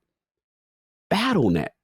BattleNet is huge because at the end of the day, look, Xbox, I love you, but at the end of the day, we know on PC Game Pass, that infrastructure, I've got issues. And a lot of PC hardcore gamers have issues. I'm a Destiny player. Before Destiny got acquired to Steam, it was on BattleNet. It was the most smoothest anti-cheat experience. I love Destiny when they were over there. When Destiny was it was fantastically run. So you may see a scenario where, hey, they may say, hey, we got BattleNet, this established service that PC gamers are right with great anti-cheat stability. Why not put the PC Game Pass name over there and then merge that stuff over? Like, the potential here is great. So with the last thing with the exclusives, I do think the only one that may survive, in my opinion, is Warzone, because Warzone is kind of Warzone is this. It kind of reminds me of Elder Scrolls Online. This always interact and to pull the PlayStation community off that when it already exists and it's free to play. Yeah, it's kind of, you know what I mean. But anything there, put it this way, anything where a 2 can go on the end of it, I think that's a wrap. Yeah, that's a wrap. Yeah, I had an interesting thought that I wanted to catch your ideas on here. A lot of this is looked through the lens, I think, of Call of Duty being the big fish, and obviously you have other IP that are dormant now that can be revived, like Crash, Spyro, Tony Hawk, et cetera, et cetera. Right. A lot of this is looked through in a way where it's like Call of Duty is the annualized franchise, right? Yes. And the reason Bethesda wasn't a big deal, it's like, well, I'm missing a Fallout game every half a decade. I can live with that. But I'm missing a Call of Duty game every year. Yeah. What are your thoughts about what if it wasn't? What if with the new Microsoft involvement, it's not this annual series? Now, I think this is a far cry. The reason I do say this is because, look, they want to hit rolling quarters. If you got a guaranteed fall juggernaut, I don't know if you touch that. You're talking about one of the best-selling games. But then again, it's such a bestseller that I think it's got a consumer base that will follow it wherever it goes.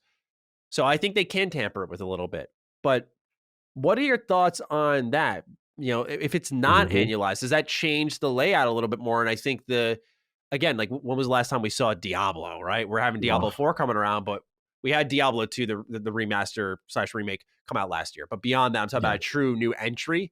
Diablo 3, when was that, right? That was early 2010s, I want to say, right? So what if it's taking Call of Duty a true 3 to 4 years, not a rotating dev cycle, but a true 3 to 4 years at one of the studios like Treyarch to make a Call of Duty game, and it comes out and it's this more celebrated, not fatigued release. It's like, it's Call of Duty. It's been gone for years and it's back now. Does this change the landscape for you a little bit? Because I have more I want to ask and talk about here, but I want to know. It's a great question. And I can see both sides of it, because the first part of it is, okay, look, business, right? Which is like, okay, this is an annualized franchise that draws tremendous, right? That literally will get people not only to subscribe to Game Pass to get into the service, but also, to pick up an Xbox console if they know it's only going to be on that platform or PC or what have you. But I do like what you said, Maddie, because I think what happened, what made Activision downfall was, again, I call it the sweatshop. Mm-hmm. When you literally take every studio and it's all hands on deck to get 1 year is Treyarch, this year's Infinity Ward, that year is this. Like, that's not healthy, right? So there's a part of me that is a hope where it's like, okay, they may look at it and say, look, you may not have to be an annual thing because you're part of this bigger Xbox Studio family now, and we've got all these other cadences that we could fill in the spot, and maybe you go on a biannual thing. Now, I know that is hopeful thinking because I know how much 100%. Call of Duty does make. So there's the business and the ethic part. But all I will say is I would hope that that is taken into consideration because that would make Call of Duty a better game if it's not having to be annualized in that way. So that's a good question. That is a legit concern. That is something we should monitor and see how that plays out. Yeah, because on the other end, in talks with exclusivity, this is going to be a real telling sign for the future. The one thing, I think a lot of this is going to go similarly to what we've seen with Bethesda's acquisition. We're already seeing similar talk. But what we're going to see is how much Xbox really cares about those lingering announcements. What I mean by that is like Diablo 4. It is announced for PlayStation. So, I mean, a big talk. We really have yet to see from Xbox and Bethesda like a Wolfenstein 3, a Doom 3, and what happens with those in an exclusive capacity. I do think they're exclusive, by the way, for the record. But with games that are already announced, with platforms dictated, right? Do they pull the trigger and say like Diablo 4, you're coming here to Xbox? I think they do. I think, again, you said it beautifully. You don't make these deals to then make your money back through what you're acquiring within them. Like, they just have this money in a bank. They paid in all cash. They had this money. But I do think that you have to, when you spend $68 billion, it's a statement to your customers. Like, you can't get Diablo anywhere else. Come to Xbox. Come to Game Pass is what they're using the wording. But what do you think they do with honoring those deals, those terms? I think every deal is different contractually, but I agree with you. I think it's a situation. Look, let's use Starfield as an example. From my understanding, PlayStation was interested in that series, and there was a version. You know what I mean? So we've heard these stories where there were versions, and to me, it's not that difficult to legally swipe that name off that end of that trailer. You know what I'm saying? The only things to me that survive are games like an Elder Scrolls Online, these consistently online thing where it's, stuff is added to an existing platform of a game, right? So that's where Warzone falls in. Because Warzone is just a battle royale. It's free to play. They'll add a map, whatever. For Microsoft PR-wise to come in and take that, it's a terrible look for them. And I don't think they want that level of smoke. But as things go on with Diablo, Overwatch, like Diablo is the perfect Game Pass game. Think about it, right? In a sense, co-op, one of the looters, like it screams like Overwatch screams Game Pass. Team-based mechanics, the like, bro. Like, I would argue that one needed it well before this deal, by the way. Oh, absolutely. Absolutely. And then, we heard the rumblings, obviously, with development, stuff like that. So the hope is, right, that one, the development of these games now can be saved because we do heard all of these has some little bit of developmental hell because of what's going on at the top, right? So now that leadership changes, we get a Diablo game eventually, we get an Overwatch. These games are literally, and think about this, I'm Destiny guy, but we ain't gonna act like WoW is the GOAT MMO in the space. Like, so now, even if they don't bring it to console, Maddie, and you say PC Game Pass, WoW, we roll over the $15 thing into Game Pass. And guess what, WoW guys? You get all these 1,000 games of whatever for that 15 that you've been, bro, on Battle. Now you're talking, it gets crazy. So to your original question, I do not see those games, even if they had a PlayStation dev kit at one point, it's getting thrown being part of it. Yeah, especially because of the indefinite delay to Diablo 4 and Overwatch 2, which, for those who didn't know, got pushed back to as far as 2023. These are games that I think now have a big enough gap between them, a la Elder Scrolls 6, where it's like, set the standard, push them out. I want to ask you real quick, before we really get into the question here, the question from Snack Swatch, that is, E3, Cog. Oof. E3 was something that was on my mind a lot during this process, but I don't think there's been a right time to talk about it other than here. What happened? We had Xbox and Bethesda's E3. Do you have Xbox, Bethesda, Activision? This goes back to the point I've been driving home more and more is that in a year like this, especially now, Bethesda needs their own showcase probably with Starfield, its own thing. Like I'm starting to feel that even stronger now. But what do you? Yeah, obviously this is just a real like shot in the dark. But Yeah. I think it's a conversation that needs to be entertained. E3 is going to change a lot, or I'm sorry, I shouldn't say E3. The summer showcase now E3s can, but the summer showcase, whatever Xbox does, now you've got to stuff Activision stuff in there, and look how many studios and IP they mess with, and now you got to make time for Warzone, Call of Duty trailers, all that stuff because that's your cash cow. What do they do to account for these announcements, reveals, showcases? I mean, do you separate them? Do you keep them together? All right, great question. This is my prediction right now because it's so fluid, and you're making great points. Because of the scale of these things, you got to be honest. They deserve their own floor, like they really do. You can't say come to the Xbox showcase anymore. You just can't. It's too much.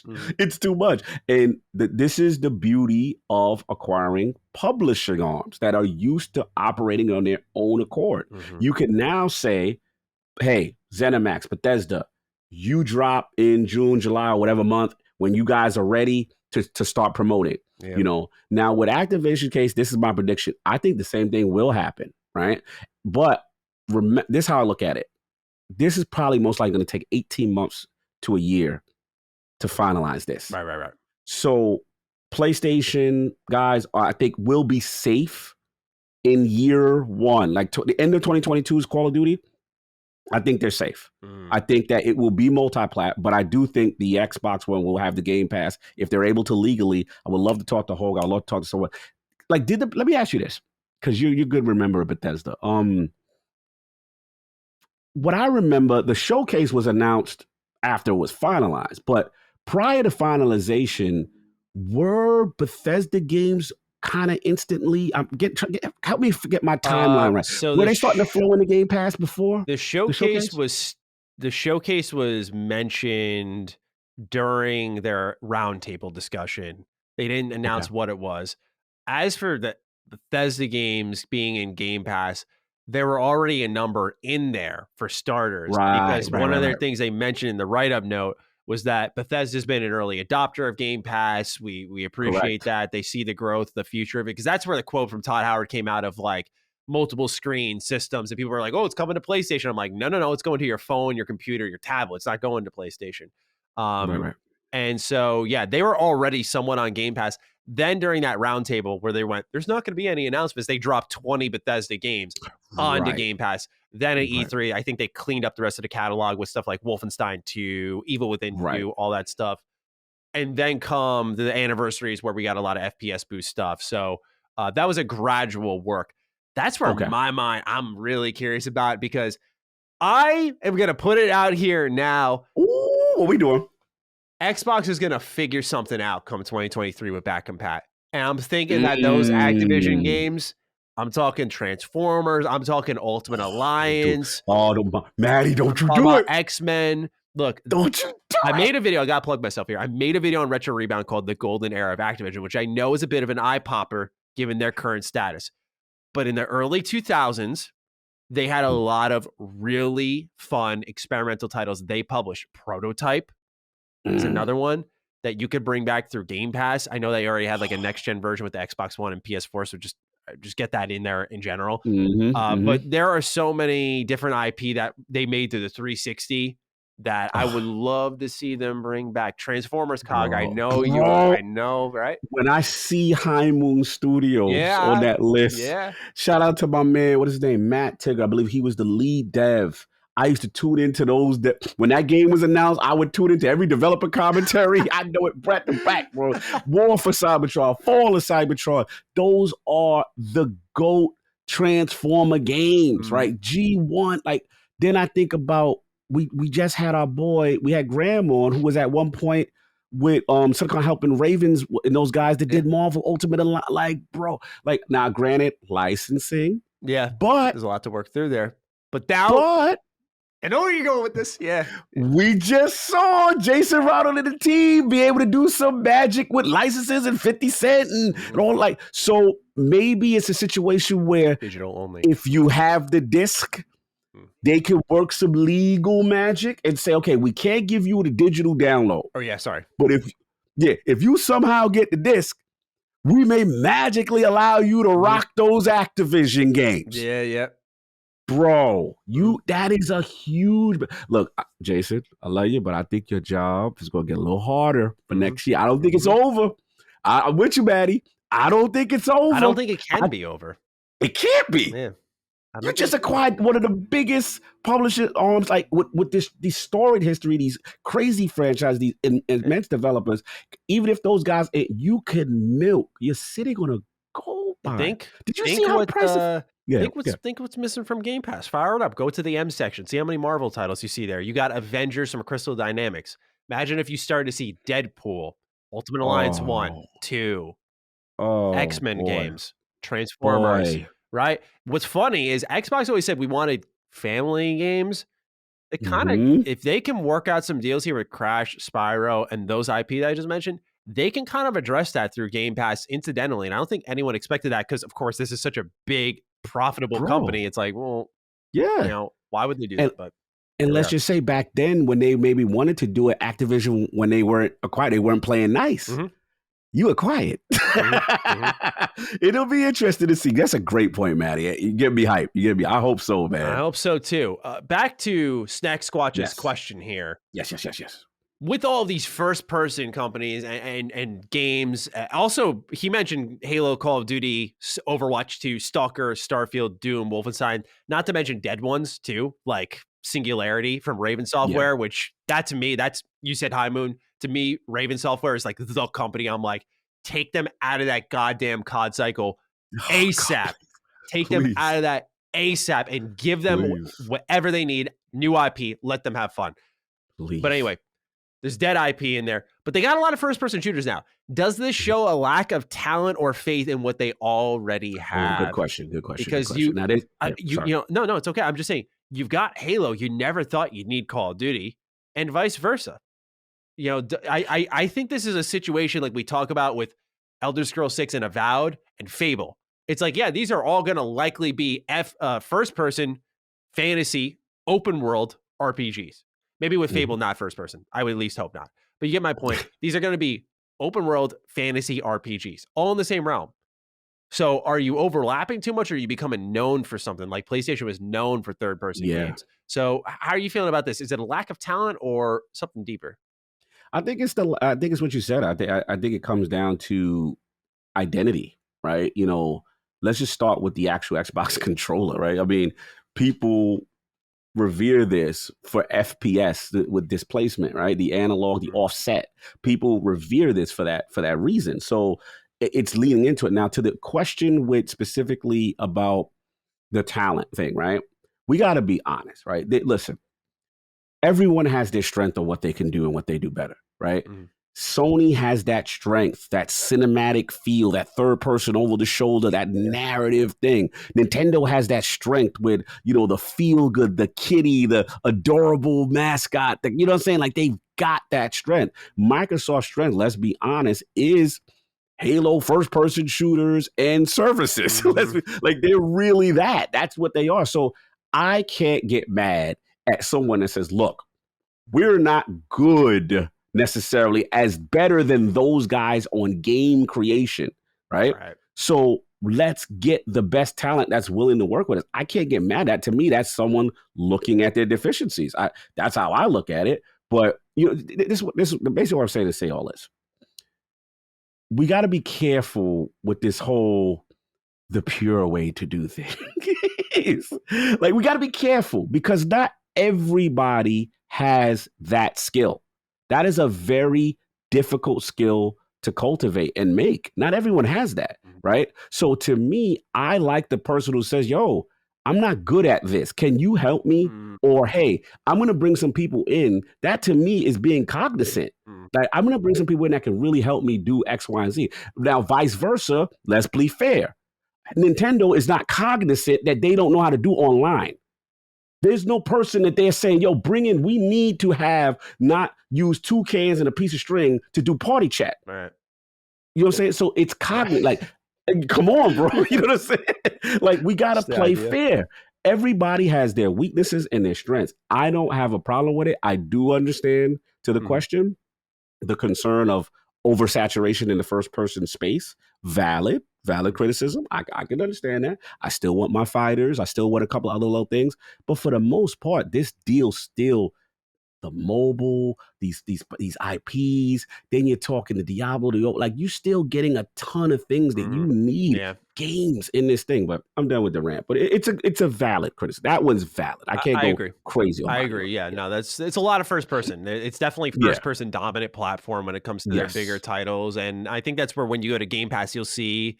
I'm not trying to sound like a marketing arm here, but you'll see like the plethora of titles and genres that it supports. And now with this acquisition, it's going to, if they can especially get those old IP, get even bigger, like insanity there. Like we saw, it was crazy. With 20 iconic Bethesda titles got out. We're like 20.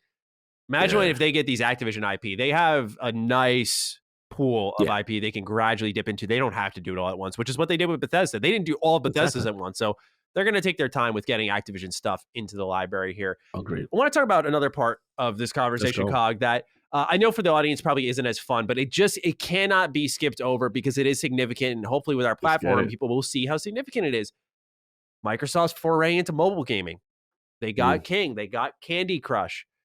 I got to shout out Randall Thor. I was listening to Xbox 2 a couple episodes ago, and my man brought up, he said, like, Xbox could get into mobile gaming. He's like, don't be surprised, and people are going to get upset with it. I think this was a good little smokescreen acquisition because the talk is about, and you saw us, we went on for like an hour now about Activision Blizzard, their games, their IP, but King's sitting there in the back. Not your King. King as in Candy Crush. They're sitting my in the King back. thinks he's taking credit. They're sitting in the back, though, right? And they're getting a pretty penny here for Candy Crush, which Activision bought for, I believe it was $6.8 million. I want to say it was. I'll double check that price in a moment. But what do you think about this? Because really what we thought was Microsoft's dive into mobile gaming was going to be through xCloud, Game Pass streaming. But now they've got the most dominant mobile game right now. This is the play. This is the one people are not paying attention to. This is literally almost as big as the Call of Duty situation. And it's probably long-term what they're trying to do. We know the mantra. They want to be on every device, right? And the problem is they haven't been able to penetrate the mobile market successfully with games. They haven't. You get Candy Crush, you get these people who have the experience in that space and can create successful things. This is huge for them. This is all part of their long-term vision. It's going to be play anywhere, cloud streaming, play on any device, cloud streaming, and mobile is part of that. Well, you know what I'm saying? And I got not to interrupt you, but I just got to throw out there. Number one, I got to correct myself. I said like $6 million. It's $5.9 billion that Activision paid for King. So I just want to throw that one out there, which is nearing the price of Bethesda, which went for 7.5. But speaking of Bethesda, what I wanted to throw in there so that you can continue kind of feeding off of this. Let's not forget Elder Scrolls Blades, Fallout Shelter. These are I don't like Elder Scrolls Blades, but Fallout Shelter I really did like. So both these companies that Xbox has acquired have mobile gaming divisions. I know that I believe it was originally the Bethesda Game Studios Montreal division was working on mobile titles for Bethesda Game Studios. And I don't know if they're still doing that, if they work at a support studio. I haven't checked in on any of that in quite some time, but they did make Fallout Shelter. They did, I know for a fact, make Fallout Shelter. And now you've got King in here who's making Candy Crush. So they're slowly, quietly assembling a mobile force. Do you foresee it where, like, we've seen them try like Gears Pop and stuff, and these games have been like discontinued eventually. Do we see a new push for stuff like this? Because I think we do. Yeah, absolutely. This is something, let's be honest, again, recognizing your deficiencies. You've been terrible at. They haven't been able to sustain it. And that's a market that they need to get into if they want to push their vision. That's part of it. Yeah, I absolutely agree. Absolutely. I think that is the move that is flying under everyone's radar.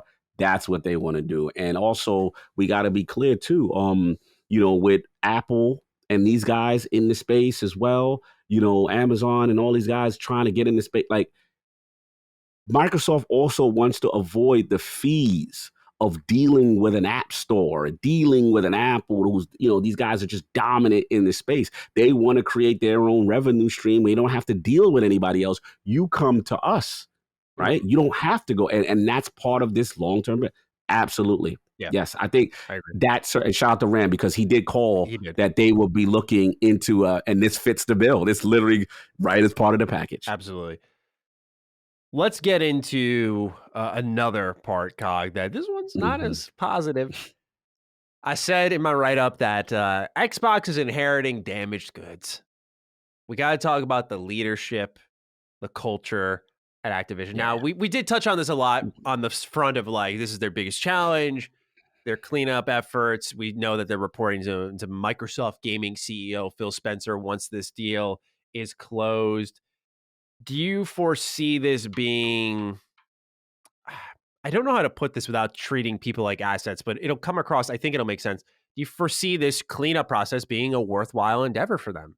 Is it worth, I almost view it, I got to get a little political here. Like the United States was known to not be an isolationist, right? They get involved in fucking everything on this planet. They're always sticking their nose everywhere, right? And I view, honestly, Microsoft a little bit with this move, kind of like that. Like, hey, I'm sticking my nose in. Like, what can we do to help here? Do you think this is going to be a worthwhile venture for them? Or does this, I mean, the reality that a lot of people aren't talking about, the reason I brought it back up, I mean, this can blow up in their face. It could just get, more problems can arise. It could be very deep rooted because we've seen on different levels of leadership, like things are bad there. So do you think this is worthwhile to say like, okay, we're going to pay a premium for this company, bring them in, and then try to fix them? Because we talked a little bit about catching them while they're down, but we're talking about financially down. Like Bethesda wasn't doing as well when they got picked up by Xbox and decided to sell to them, right? But with something like Activision, I mean, there's a whole reparation process here. Is it worth it if you get to restructure it all to your liking? Here's the thing. This is a legit question again. This is one of the ones that I take as seriously valid.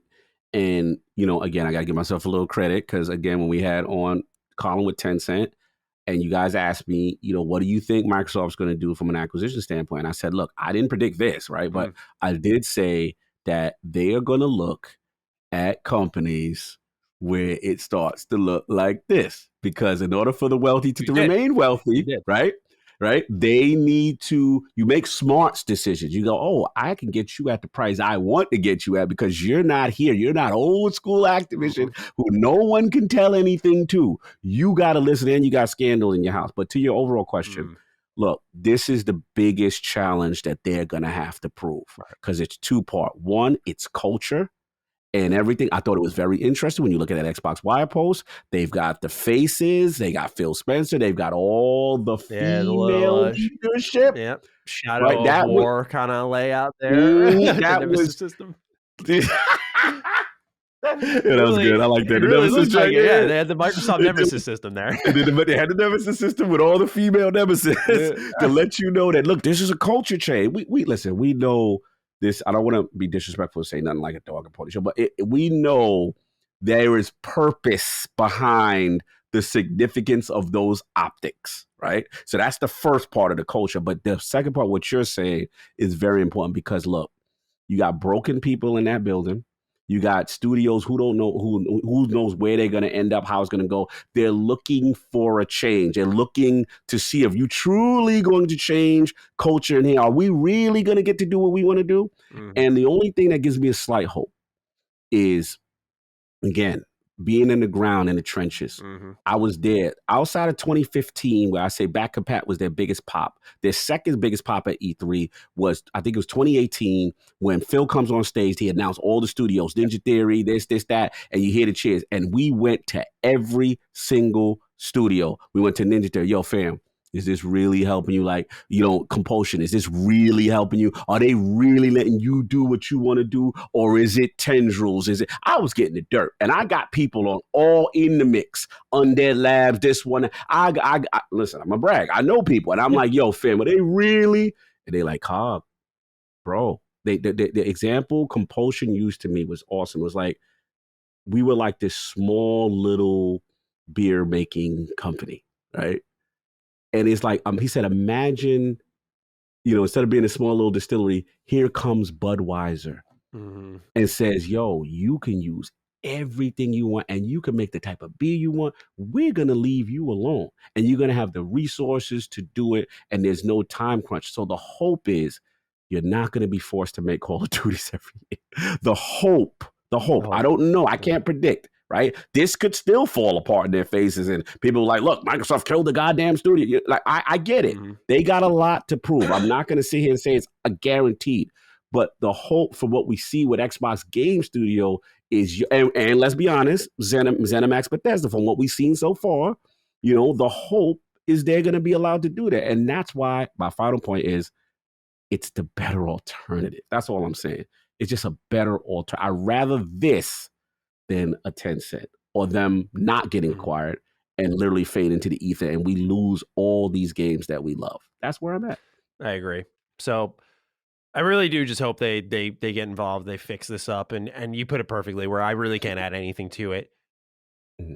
I have really, when I'm looking at my notes here, one final topic that I want to get into, and I'm sure we'll find a way to talk about more.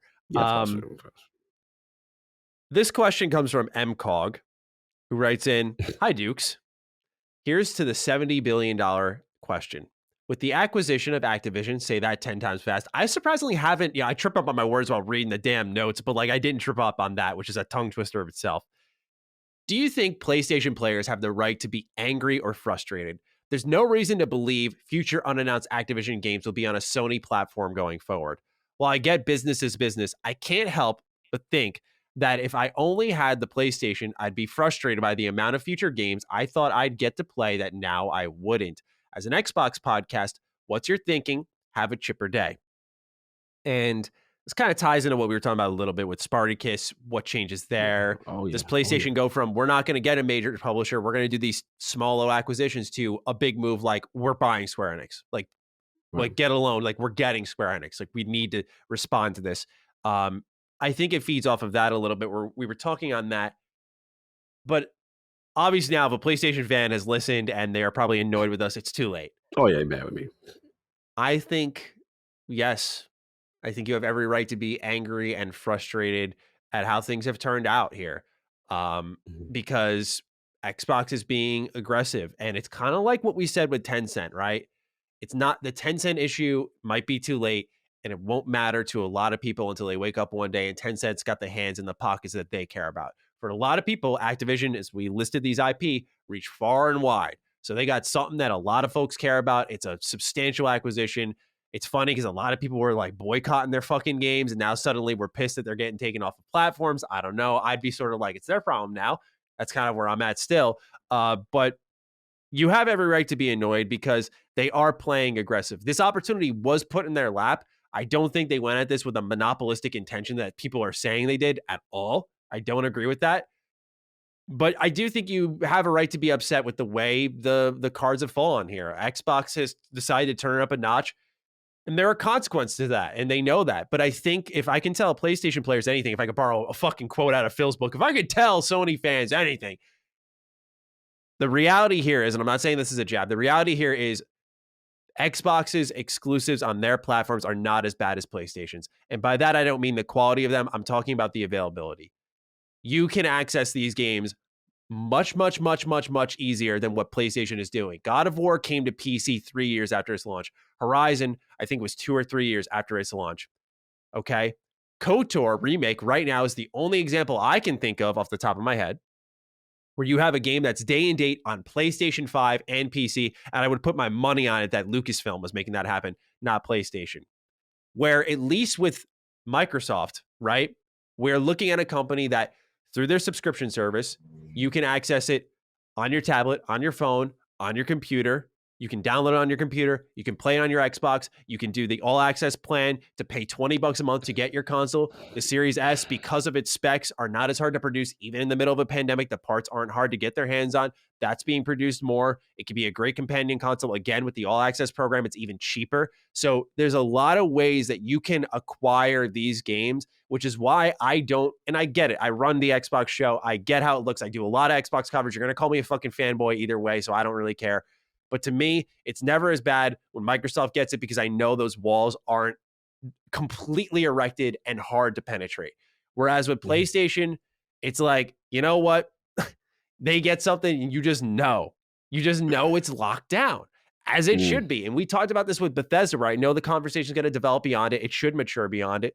But with Bethesda, people were kicking and screaming, oh my God, they're locking down these games. How could they? I'm like, PlayStation, Nintendo, y'all set the standard here. Buy your games and lock them down tight. Xbox has bought companies and games and have opened up platforms that you can play them on more frequently. So yes, you have every right to be incensed, annoyed at the trend of the industry, at consolidation. No one's taking that from you. But the reality is that these games, pardon me, I've been talking so long. These games are much easier to get your hands on. Does that mean that I don't want to assume everyone's financial position of, can you afford a PC? Can you afford a phone to even stream it on? Like, I'm not going to assume your financial position and say that everyone has the ability to get these.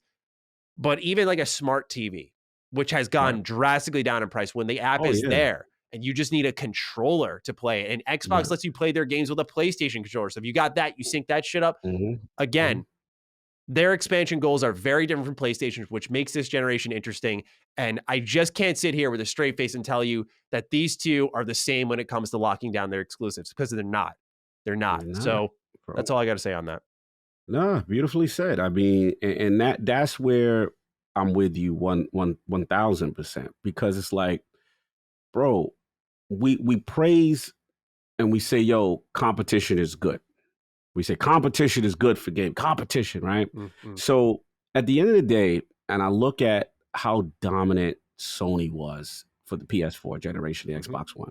You know, spoiler alert. I'm sorry, Manny, but I'm so excited. I can't wait to do this Xbox One retrospective with you, right? Because you know what I'm saying, like, bro, like that it's such a fascinating generation, and they got their behinds whooped on every level. Absolutely. Watching that Power On documentary, you know, this is how you trade games, you know, and I'm not trying to make this like, oh, it's all about retaliation, bro. It's all that. But at the end of the day, it's either you get in or you get out the game. And they chose to stick in and they found the lane for them that's working, right? So how I say this to his question as far as, you know, MCOG in reference to what he got to do is like, bro, I'm from the generation when, you know, Sony or Nintendo took my beloved Marvel Ultimate Alliance.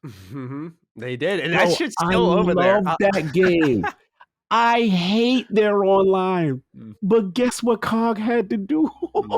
Cog went his behind down and got that Nintendo Switch, and I'm playing and I'm having a ball. You know what I'm saying? And it's just like, we gotta keep it a buck. Like, a lot of this stuff is entitlement. A lot of guys, you don't want to buy an Xbox console because you don't like Xbox for whatever reason. We had people coming at me about where I play something, right? At the end of the day, it's like, yo, if you're a gamer, you go where the games are. Point blank. I don't want to hear the excuses. I don't want to hear the crying. I was PlayStation all last gen, bro. I don't know how you could be. Xbox fans were mad at me like, bro, I can't believe you gonna go play Final Fantasy VII Remake over there. You're damn right. I don't know if it's coming over to you. I don't know. The way Sony keep bro, I'm over here. See you over here. Thank you. I'm a part of Stinker Symbols come KOTOR Remakes launch. Sorry. Bro, thank you, Colin, for letting me do the Final Fantasy Remake spoiler cast. That was a ball. Because I look at, if I had to wait and sit there and be like, I'm not playing because it's not on the platform I want it to be on. Bro, you're a gamer. Go with the games that I don't go to Burger King mad that they ain't got the Big Mac. Like, that's just not what I'm doing, bro. Come on. That's competition. At the end of the day, last point I will say, right? I get it from a standpoint. I'm being empathetic. I know I'm joking. I'm being empathetic. Guys that love Call of Duty, right? I know guys like that. All they play is, bro, I know. I get it. You know what I'm saying? But at the end of the day, you have a company that, let's be honest, let's really be honest now, from a consumer friendly standpoint. They're giving you a $300 system or a $500 system. They're giving you an Xbox All Access. They're giving you smart delivery, backup at all these consumer. They have positioned themselves from getting beat up a whole generation to start a new generation to say, hey, we've learned from our mistakes. Yeah. We're going to give you all this stuff. We're going to show you this value. And guess what? We got this service, man, that if you pick it up for $1, we're giving it to you $1, jump it. Bro, like, how can you get mad? Like, they're doing everything to try to get you in. And I'm not going to get mad that they got all these games in Call of Duty to try to lure you back over to them. That's competition. So I say all that to say this. Final point, I'm ranting. But I say all that to say this is that with PlayStation stand, I know a lot of guys are like, it's doom and gloom, this is evil. But, bro, this is good. Because now Spartacus could say, you know what? We could put some really good value now. You know what? Let's add backup pat in this tier. Let's give them this classic shit. Like, right. Yeah, and guess what? We make games better than them. We're going to be the ultimate, we're the best games platform. And now it's boom. Because I remember that's how PS3 got, I don't say got their behind with, but PS3 at the 360 in the beginning of that generation. Yeah. Bro, well, let's not act like 360. My boy Peter Moore, I'm a Peter Moore fanboy, I admit. They came out swinging on PlayStation, and arrogant Sony was, oh no, you could get a second job for $600, and we're starting to see the signs. Oh, $70. Oh, you want to upgrade for Ghost of Tsushima? $10, and you'll play. Like, come on, bro. Like, this is good. Now you get them to stop being arrogant. These guys are competing. Now you could, and guess who wins? We do. We all do. Yep. Very, very well said. And my last tack on point, and this is not, again, to minimize anyone's financial position, but look, at the bare minimum here, you do not need to be a Game Pass sub month after month. You can do what a write-in we got last week. Walter does this. Sign up, play the game you are interested in. Peace out. You just spent $15 on the game instead of 60 or 70 once it becomes that. So there's also that too. There's a lot of angles to this. I'm sure as we move from topic to topic, certain things are lost on the listeners, maybe just because, I mean, it's a long-winded conversation, right? So things will be forgotten. I'm sure there'll be certain parts that get blowback in this episode, whatever. We are, as always, telling you what you need to hear, not what you want to hear. So because we're not unaware that we are a part of a Patreon that is a PlayStation dominated franchise, like fanship. Like I know what we're walking into with this stuff. So but salute to them. Salute to them. I want to say one last point before we move on. I know we're gonna move on.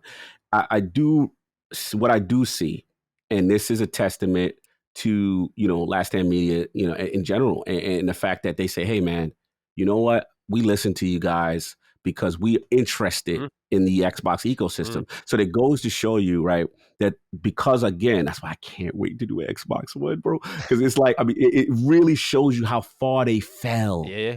And you remember, that was the generation for them not to lose. They were all set up, remember? But then they did TV. So the guys went over to PlayStation. So I say all that, but my final point is that when you see the generation that was lost to them, that went over to PS4, right, and now into PS5, and now they say, you know what, man, these are some cool little moves. Let me watch what Maddie and Cog are saying, because, you know, I got a little interest in Xbox now. You know, oh, wow, they got this game. And that's what I start to see, and you start to hear it from the community in the comments. So that's what I'm trying to say. It's overall that competition is good, and people have an interest in the ecosystem again. And that, to me, is good for gamers. But this is me. Right on. Well, I went through my whole list of notes and everything I wanted to say. Do you feel like you've exhausted everything you wanted to say? Yeah, I ran my mouth for that. How could we? We've been waiting for this. So with that, let's move on to number 2. We're only on number 2. All right. This news is bigger than the Activision acquisition, but out of respect for the audience, we put it at number 1. The real number 1 is this news right here. Danganronpa Trigger Happy Havoc, the first game in the series, is officially on Xbox. All 25 million subscribers can now head to Game Pass on both PC and consoles to download the game, which they should totally do because they're literally choosing to live their worst life if they don't. It's only 3.4 gigabytes. Danganronpa Trigger Happy Havoc began its life on the PlayStation Vita before being brought to the PS4, More recently, the Switch with Danganronpa Decadence, which was a package that boasts Danganronpa Trigger Happy Havoc, Danganronpa 2 Goodbye Despair, Danganronpa V3, and Danganronpa Ultra Despair Girls. And now the first entry has arrived on Xbox. For those who want to show their true loyalty, like Defining Duke co-host and Danganronpa superfan Lord Cognito, the game is available for $15 digitally, which you can pick up over there. Frog writes in, "Hey Dukes, this is mostly for Maddie, but Cog can chime in into of course, and he will. He loves this game. With Danganronpa Anniversary Edition coming to Game Pass seemingly out of nowhere, is this a good sign for things to come in regards to Xbox getting more Japanese games?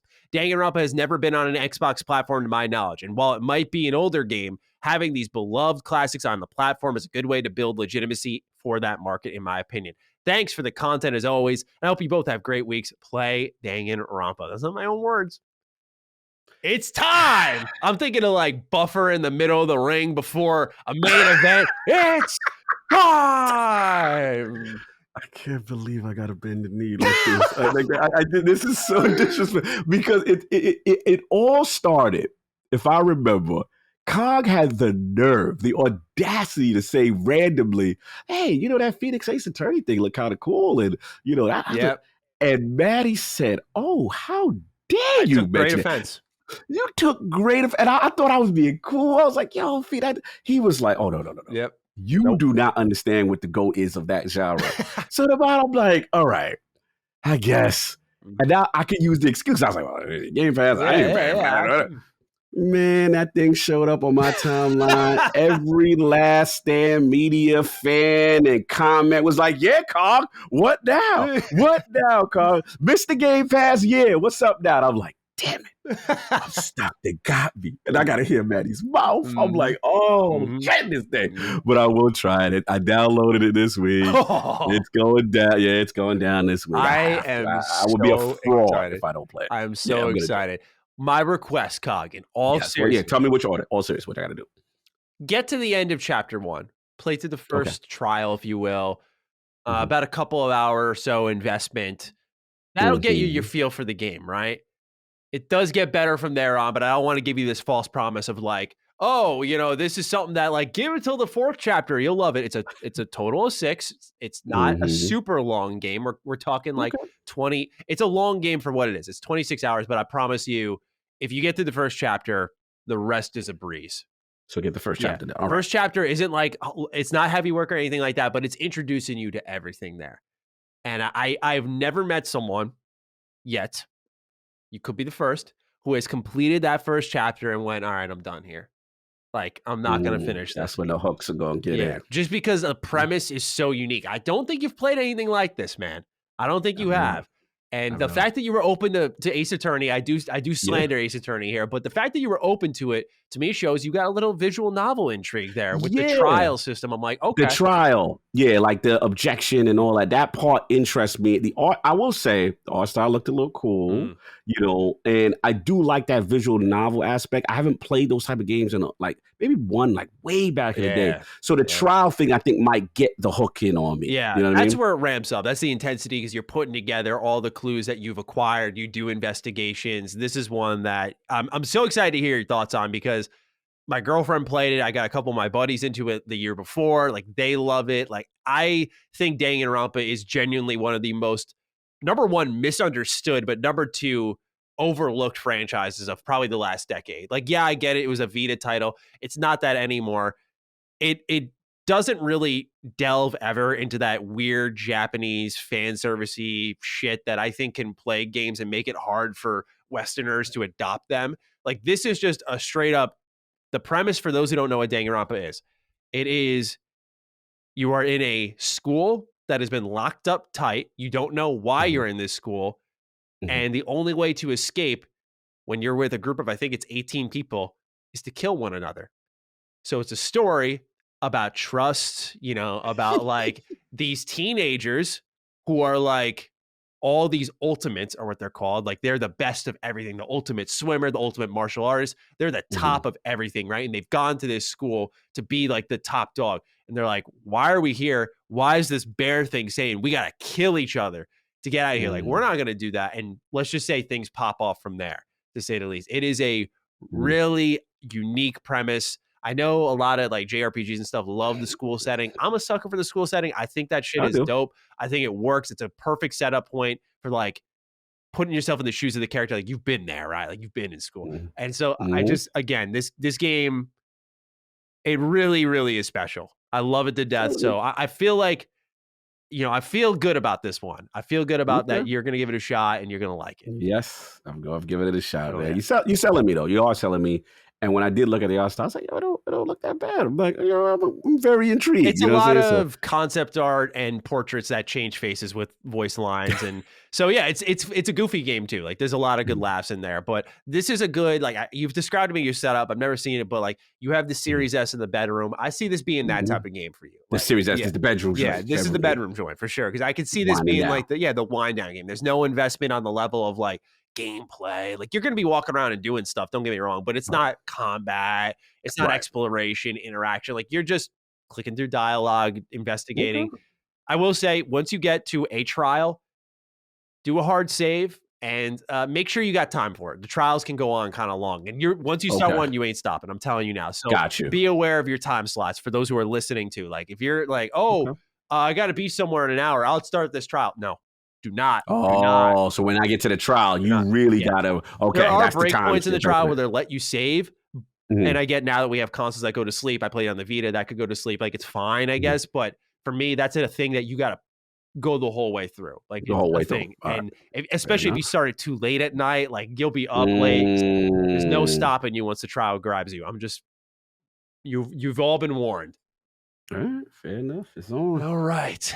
Good. Let's get into number 3 here. More serious news. Yes. After learning that Game Pass currently holds 25 million subscribers, the sales data for Halo Infinite couldn't have come at a better time. The MPD has reported this data accounting for both physical and digital sales in the United States. With the option to just download the campaign in the service, it's impressive to see that Halo Infinite comes in at number 2, just behind Activision's Call of Duty Vanguard. Perhaps more telling to Xbox's future is that the top 2 selling games of 2021 were none other than this year's Call of Duty Vanguard and last year's Call of Duty Black Ops Cold War. So if you think they're not locking them down, that's money.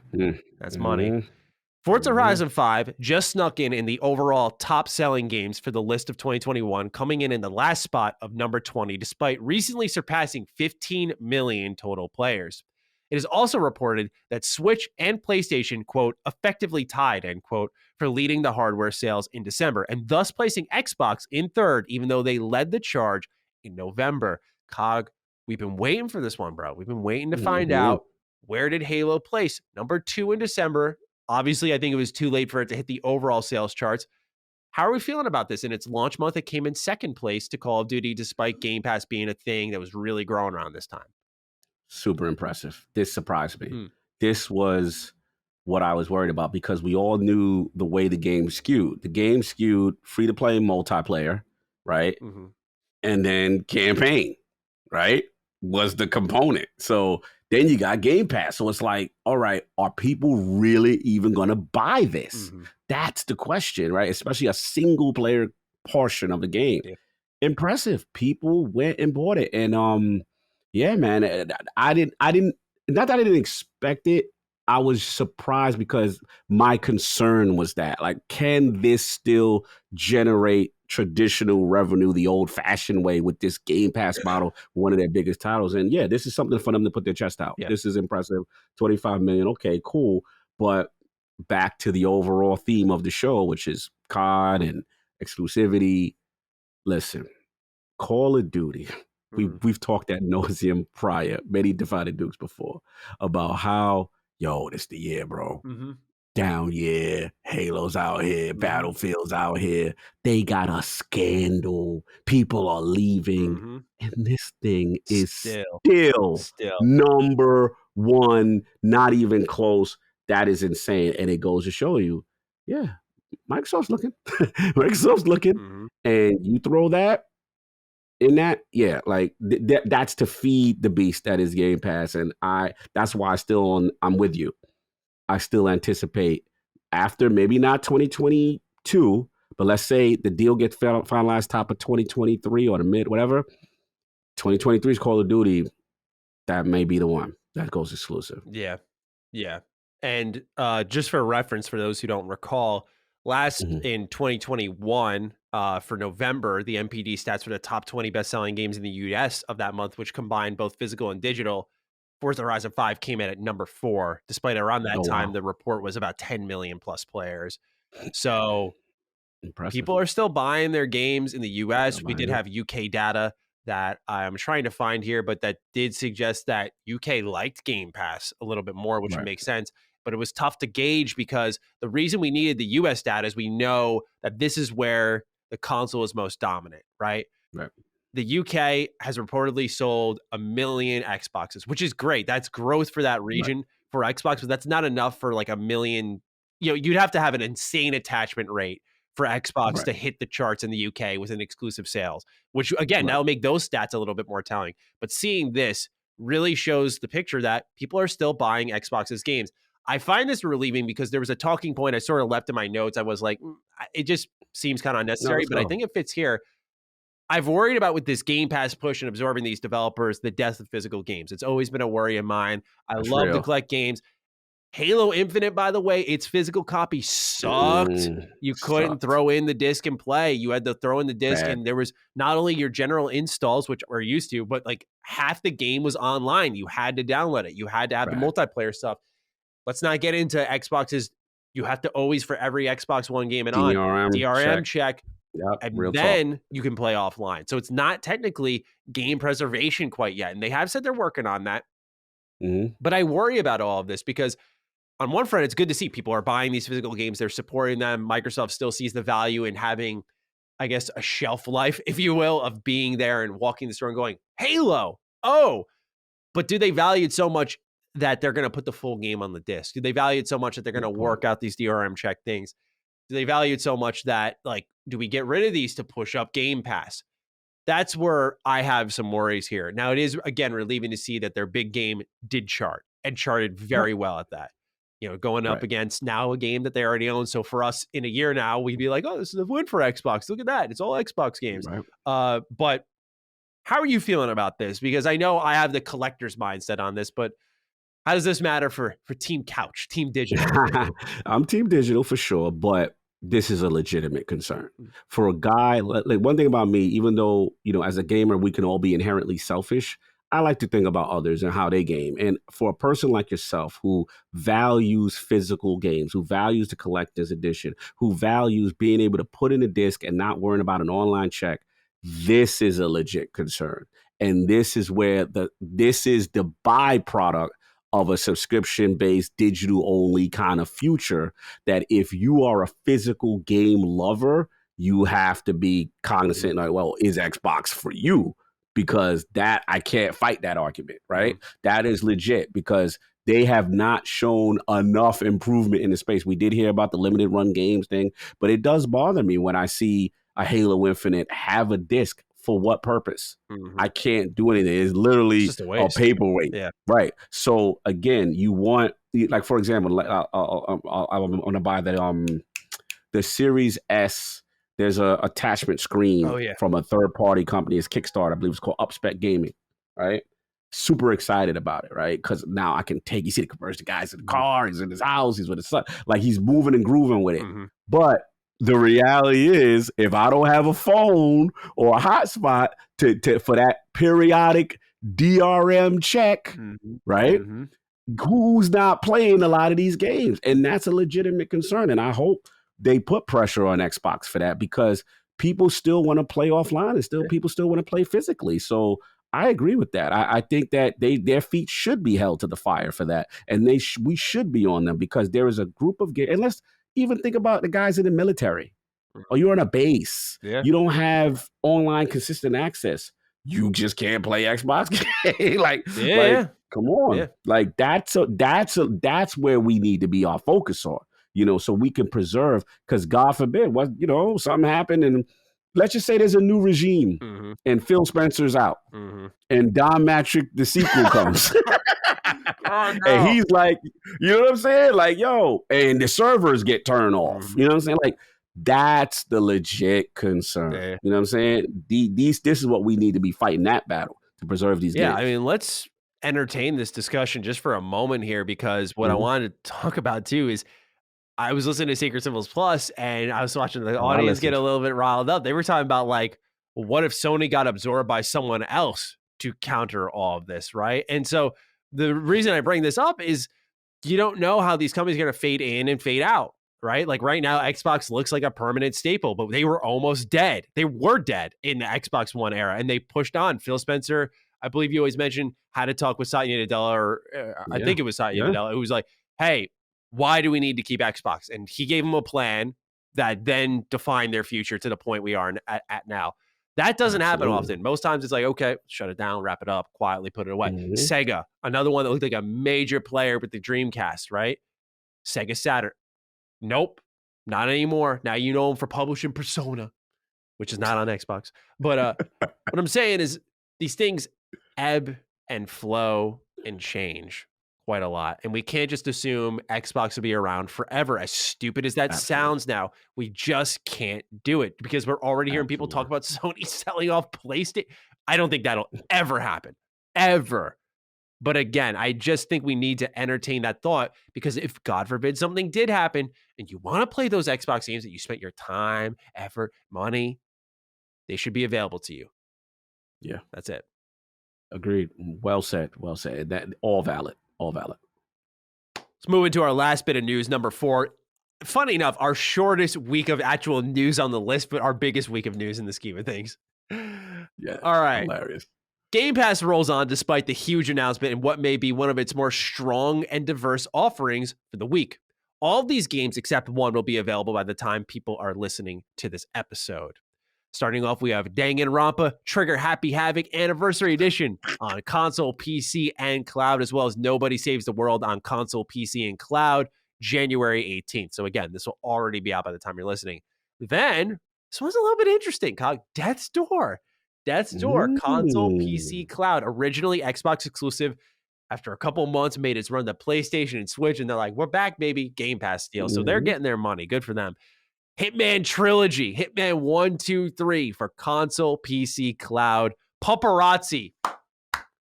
This one, baby. This one, man. Console, PC, cloud. Rainbow Six Extraction, day one Game Pass drop. Console, PC, cloud. Windjammers 2, console, PC, cloud. This is also a day one Game Pass drop, by the way, for those who don't know. Rainbow Six Siege Deluxe Edition on PC Game Pass. All of those games, Death's Door, Hitman Trilogy, Paparazzi, Rainbow Six Extraction, Windjammers 2, and Rainbow Six Siege, January 20th. Last but not least, Taiko no Tatsujin, the Drum Master on console and PC Game Pass, arrives January 27th. This is the one that will not be available by the time you are listening. Man, what a week for Game Pass. I mean, this one, every game I saw, I'm like, we were talking, this is the year for business decisions, and they are making it hard. Yeah. Listen, this is super impressive. Like, this is like insane. And then when did we get Mass Effect? Wasn't this? This is like a week and a half ago. A week ago. Like, we got Mass Effect, Hitman, Rainbow Strikes, and then you got to add all of these. Death's Door was interesting too, right? We talked about that. And, you know, the limited exclusivity. And then it looks like they came back on the back end. You know, Graham told us about those back end moves. Yeah. You know what I'm saying? So how that, remember that? Yeah. You know what I'm saying? So we learned about that on that Defining Duke Ultimate. So we got that, you know, obviously Danganronpa. And then, you know, look, this is impressive. This is, you can't, I cannot say anything spiteful in January. January is insane, of same value for Game Pass. You know, tremendous. Obviously, we already got the cherry on top. Remember, I was saying, like, they still, I think, need that day one Game Pass drop. If they really wanted to, like, river stomp, Dying Light 2. I'm putting it out there. Yeah. And let's not sleep on the GOAT. We got that Hitman Trilogy. We really give that enough praise. How important that was. That Hitman 3 that people slept on and didn't vote for on certain awards that should have been a goal as far as stealth, espionage, graphical fidelity. It's just beautiful to see. So if you haven't played it, get on that Hitman for real. Absolutely. I kind of want to carry the Hitman conversation into our Game Pass / back compat pick of the week, because a little smoke and mirrors here, Cog. I'll put Danganronpa here just to troll you, just to keep it all over the script. Just have it all in your face. My real Game Pass pick of the week, Cog, because I was like, Cog's a good guy. He's gonna honor our deal. He's gonna play Danganronpa, and it'll be a chip in his board here where he'll put it into play when something comes around that I gotta play. Mm-hmm. I know it's coming. I don't know what game it'll be, but I know it's coming. Hitman Trilogy, Cog. That's the Game Pass pick of the week. Let's go. Hitman 3 was the game of the year for 2021, at least for me. Mm-hmm. And now on top of that, you get Hitman 2, Hitman 1. And these games have been iterated upon for years. So you're getting these content-packed Hitman games all at once. And that's mind-boggling to me because on Hitman 3 alone, I spent 50 hours on 5 levels because I think the last level sucks. I always say that. The last level sucks. I never replay it. I replayed 5 levels in a video game for 50 hours. Process that because these games are loaded with challenges, replayability. I know it's tough to say because I was just hammering everyone like, if you never played Mass Effect, this trilogy cannot be ignored.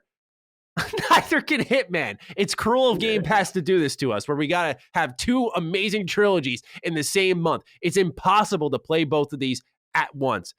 But if Mass Effect wasn't lighting that fire, Hitman. Cog, you got thoughts? I want to hear how you're feeling about Hitman Trilogy. This is massive. I didn't see this one coming. Mm-hmm. This was absolutely massive. And again, like I want to shout out IO with that Glacier engine, man. That is a beautiful engine. Underrated. Very good looking game, adaptable, and like you said, they always iterate on it. I just remember doing like a stage over and over, and I had to like it was the one where you kind of had to imitate that you were like this famous star, and then like you take the mantle of this person. They call you by this popular name because which one is that? What you call it? Looks like Agent 47 kind of looks like the guy, and I was masquerading as this arrogant superstar person, and then I was just going through the stage, and then the intricacies of the stage, the lower level, the kitchen level. You go up, then I had to con somebody. You ditch the body, like it's just so much to it, and again the possibilities, right, of the way you do things. And it's very interesting, man. I love that game. It's well done. It's stealth the way I like stealth, like true stealth to me, which I wish Assassin's Creed would actually go back into their roots with stealth, but that's just me. Yeah. You know what I'm saying? But Hitman gives me that stealth fix that I need, and it's just so well done. And so many people, they're moving within the crowd, the algorithm of people in certain places and locations and timing when to do your kills and, when to poison food and when to do, like, it's just so much to it. And I love it. Yeah, man. There's just a insane amount of replayability here that this could be a quick pickup and play for a lot of people. This could be the game that you just grind all year. In a lot of ways, it became a comfort food game for me as time progressed on because like I was just running these challenges. Like, okay, I got to shoot this lady from the rooftop while she's standing over a grave to get an assassination challenge. Like, okay, how can I orchestrate that? What's really good about Hitman 3 and all these Hitman games is as you play, you level up these missions, if you will, and you unlock like new tools, new spawn points to get to certain points quicker, to get certain objects that you typically wouldn't have. Like now there's a sniper rifle on the map, so I can do that challenge where I'm shooting her into the grave. Like I know it sounds kind of morbid to say out of context. Like now you can do that though. Okay, now that's a possibility for you because you've played it enough. And I mean, there are even these level specific ones. I remember there's one where you're in Dubai, right? And this guy's like setting up to hit the golf ball. He's just, I think that this line stood out to me because the guy you were killing was talking about coronavirus. And this is like in the middle of the pandemic. I was just like, why did they add this? He's like talking about it as he's like putting the ball on the tee. And I substituted the ball with an explosive ball. So this man hits it. And this engine, one thing that's also underrated about it, physics. So he hits the ball, but boom, he goes flying off the building. I'm just like, well, see ya. And it just gives you like a little check mark, like, yep, you killed him. I'm like, I killed him. I killed him, all right. Yes. So, it's so good. It's got humor to it because there's just the way, I hate to say it, though, the ways you kill people are kind of hilarious, though. It is. And shout out to them. You know what I always appreciate, man, for? The body disposal system. like, yo, put that body in that truck. And the fact that you got to Yeah. do that to people, you know what I Yeah. mean? And then It's also kind of what I morbid. love about it is morbid, but what also too it's fun is like I also call it like the the uniform hierarchy system Mhm. where like you are dressed all of a cop, but hey, if you're in a cop suit or whatever, or a plain security guard suit, you may not have access to another floor. They're like, hey, what are you doing here? Yeah, yeah. There were like tiers of Mm. costumes that you don that allow permissions to certain areas that you can't get. And Yeah. I like that about it. You know what I'm saying? And the fact the AI recognizes like, hey, wait a minute, you're out of station, Mhm. buddy. Like, Mhm. you ain't supposed to be here. That kind of thing. It's just fun, Yeah. man. Espionage at its finest. Absolutely. And just a level of mastery, like going through the missions Yes. get a little bit easier. Where I remember Dubai, my first mission in Hitman 3 took me like an hour and a half to do. It took me forever. And then I had like a 5-minute mission in there by the time I was like already deep into it. Like it was a great feeling. I went, oh wow, I've come so Yeah. far and I've completed all the challenges for this map. Really addicting Mhm. game. And it's like once you finish 3, you go, oh wow, there's Hitman 2 and 1. And what's great Right. about this trilogy is they did this with the launch of the game, but you had to pay Mhm. for these games. Now they're Yeah. all there. What's great If you about want this it. is if you play Hitman 2, there are engine upgrades that were done in Hitman 3 that now retroactively happen in Hitman 2 and Hitman 1. And Hitman 2, I mean, I talked about the challenge maps for Hitman 3. Hitman 2, they supported for years. So you Mhm. open up Miami in Hitman 2, I think there's 118 assassination challenges, like ways that you can Mm. kill people. Mm. It's mind-boggling. Probably the time I could spend on Hitman 3 across those maps, if I'm honest, I could spend in one map in Hitman 2. If you Yeah. really wanted to go full completionist, staggering Yeah. replayability. Yeah, the sheer amount of content they give you, because like you said, they could have just given us 3 and we would have been good. Mhm, They given us 2 and 1, and all of those are remastered to that level of Hitman 3 graphical fidelity and frame rate. mhm. They also adding apparently these new modes in Hitman 3 as well. Like the year 2 content map is Yeah, insane. You know what I'm saying? And I think even adding VR, they doing a whole bunch of stuff, man. It's crazy. Like salute the IO, and they got the 007 project. yeah. They're on it, man. It's salute to them. 007, reports of Project Dragon, exclusive Mm-hmm. fantasy RPG coming to Xbox apparently, according to Mm-hmm. our friend Jez. Now, I don't want to put Jez on the spot here, but Uh-huh. I don't know if you saw his tweet when someone was saying like, "Oh, does this edition of IO games have to do anything with an Xbox acquisition?" He just replied with a smiley face, and I was like, Yeah. I think he talked about it. He "Oh, talked about it. He's like, no, I was just smiling. I don't mean it. Yeah, I don't know. I don't know if I uh, believe you all the way, I don't Jess. know if I I'm don't running know with if that you're one." all the way. Yeah, I don't know. Dad of Xbox I knows will, things. one quick question. I know it's a long show, but I do wanted It's all to good. add, did want to Please. ask you this, and we didn't touch with all this acquisition talk. The big one. It's got the whole world in a frenzy. Activision Blizzard King. Does Maddie think because of that now Crystal Dynamics might be off the table? Hmm. IO might be off the table. We talked about, the scrutiny and the eyeballs now looking on them from antitrust people, and, that people are looking, hey, you're Hmm. doing too much. Does that now stop them? Hmm. It's funny. Every acquisition's like opened eyes in different areas, right? And by that I mean like Mhm. Bethesda was just this new thing, so it was a lot of learning. The thing with Activision that we learned is they'll spend this much, so Right. anything's on the table. And I think if they were to get Crystal, I don't think they'd buy Square Enix to get Crystal, right? I think they'd want Right. to extract Crystal. That Right. opens up the whole avenue of like, who else do you extract? Do you extract BioWare from EA? Because to me, I'd be like banging on Phil Spencer's door, like, please, please, please. This is the company that needs that more than Crystal Dynamics. Like, go fucking get them if you can do that. But my point being is like, that would Mhm. open up a whole other can of worms. If we're Mhm. talking about Crystal Dynamics specifically, to answer your question, I don't think it takes them off the Mhm. table because I think if they can be the workhorse for initiative, Right. like they're the guy, like initiative, as we talked about, and we talked about this with Jeff Grubb too. They're the Mhm. guys who initiate the prototype, the game plan. Here are the keys to the castle. This is what we're doing. And you give it to the workhorse known as Right. Crystal Dynamics. I think that's good. You want that. You want that. Mhm. Okay. But Okay. because they have a working relationship. Darren Gallagher managed them, Mhm. right? I don't think you can disrupt that because now you got High Moon because Gallagher doesn't know shit about High Moon, probably, right? He Right. doesn't know Right. shit about Raven. So I think you Yeah. continue, you persist because there's a lot of opportunity there. Just like IO, I hope is one they don't give up on. I think IO is a smart get. It reminds me a bit of BioWare. It's like, don't let this one go. Like, I don't want this to be taken away from people, but if you're going to acquire someone and that's set in stone, like, don't let this one go, because they let BioWare go. They've let a number of teams go, right? And I think like they've made mistakes. This is one that I hope they don't let slip through the cracks. But yeah, I don't think they'll ever, I shouldn't say ever, I don't think they'll acquire a big publisher for a while, but I think smaller developers, we're going to see. Okay. No, fair enough. I agree. I think, there will be some smaller ones. I think the Crystal Dynamics one makes sense because it's been nurtured. That's the favorite. That's the word. You know what I'm saying? Gallagher's got the relationship kind of thing. I wouldn't mind IO because of the fact that I love them from a stealth perspective. But I am curious. I was just, obviously we know about the project, that one. There was one more that I'm forgetting right now that we were talking Avalanche?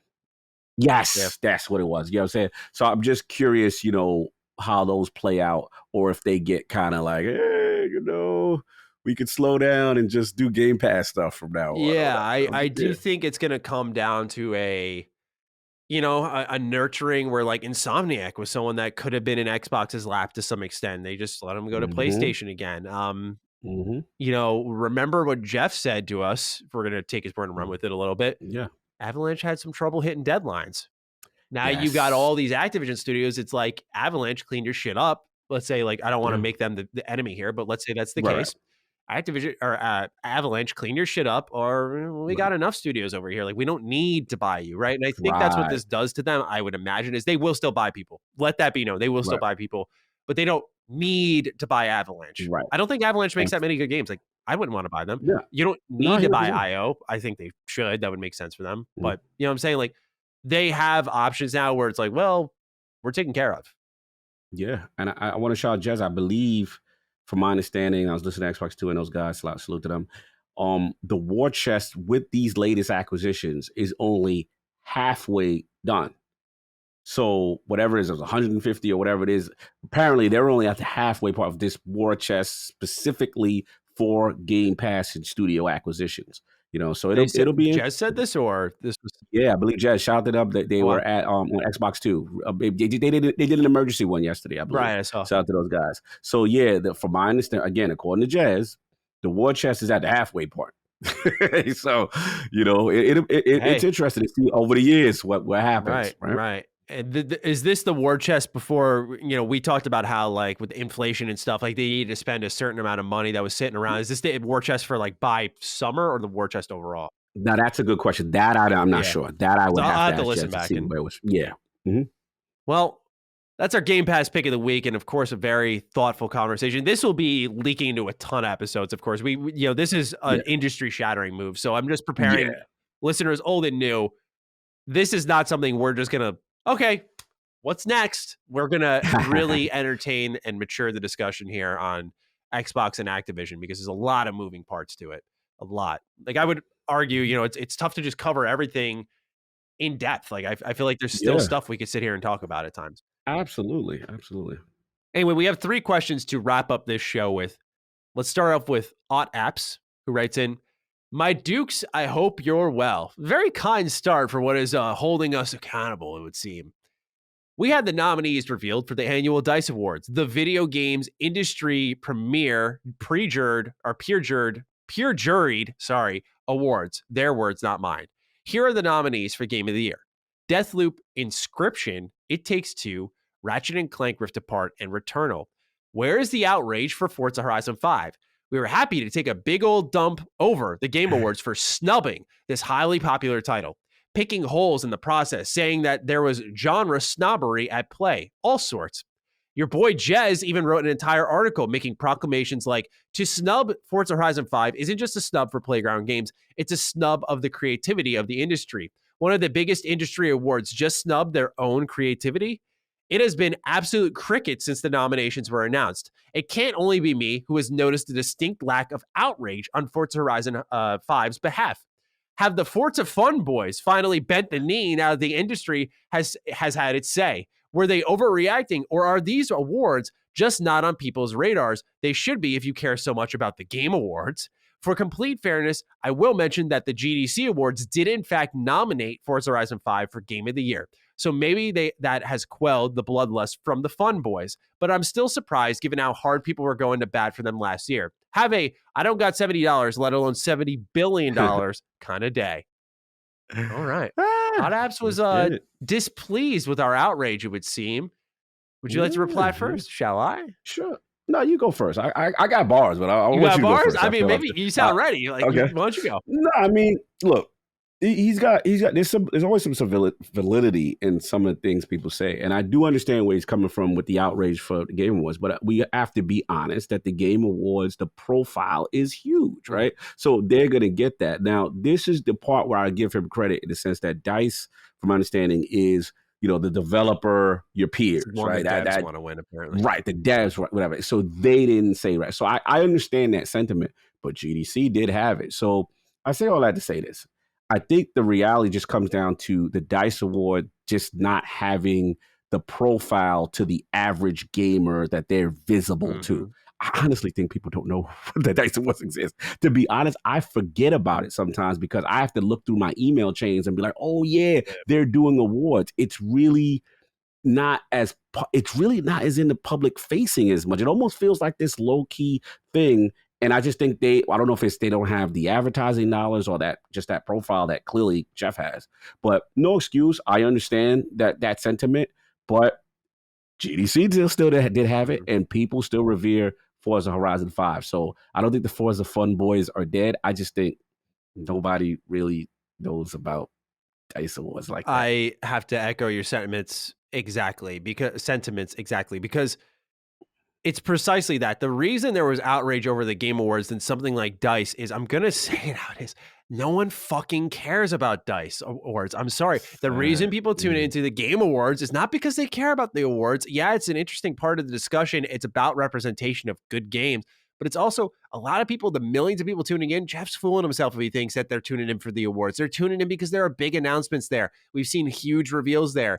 And so you know what? When you're putting those games on the stage and you're rushing awards, you're not giving them the time, and you're not picking the right ones from the genre, Jeff's going to hear from us more than DICE because more eyes are on Jeff and his show. And honestly, Jeff has also shown he's a bit more receptive to feedback. Yeah. But with the DICE Awards, like, look, if this is an industry-driven show that has no financial involvement in the sense of where Jeff had, something gaming, which was like a 10-cent Level Infinite or whatever it was. Infinite Gaming, Level Infinite, whatever it was. Yeah. That was all over his show. There was mobile game money in there. Like, there was a lot of dirty tendrils in that show. So again, to talk about what we're representing for gaming moving forward, I think it's important that Jeff has the right genres picked out and represented.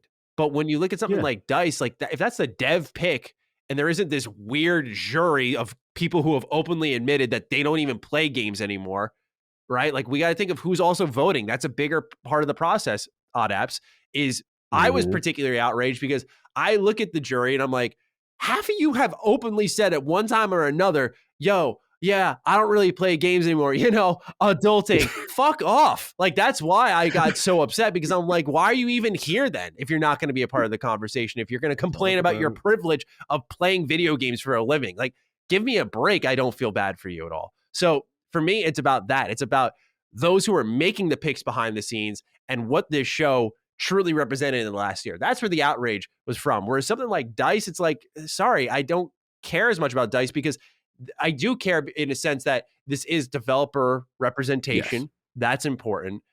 But because of the jury, I don't feel as incensed as something as public facing as I'd say Keely's show, where it's like, you know what? Like, it's a time to give Forza its roses. It was. Right.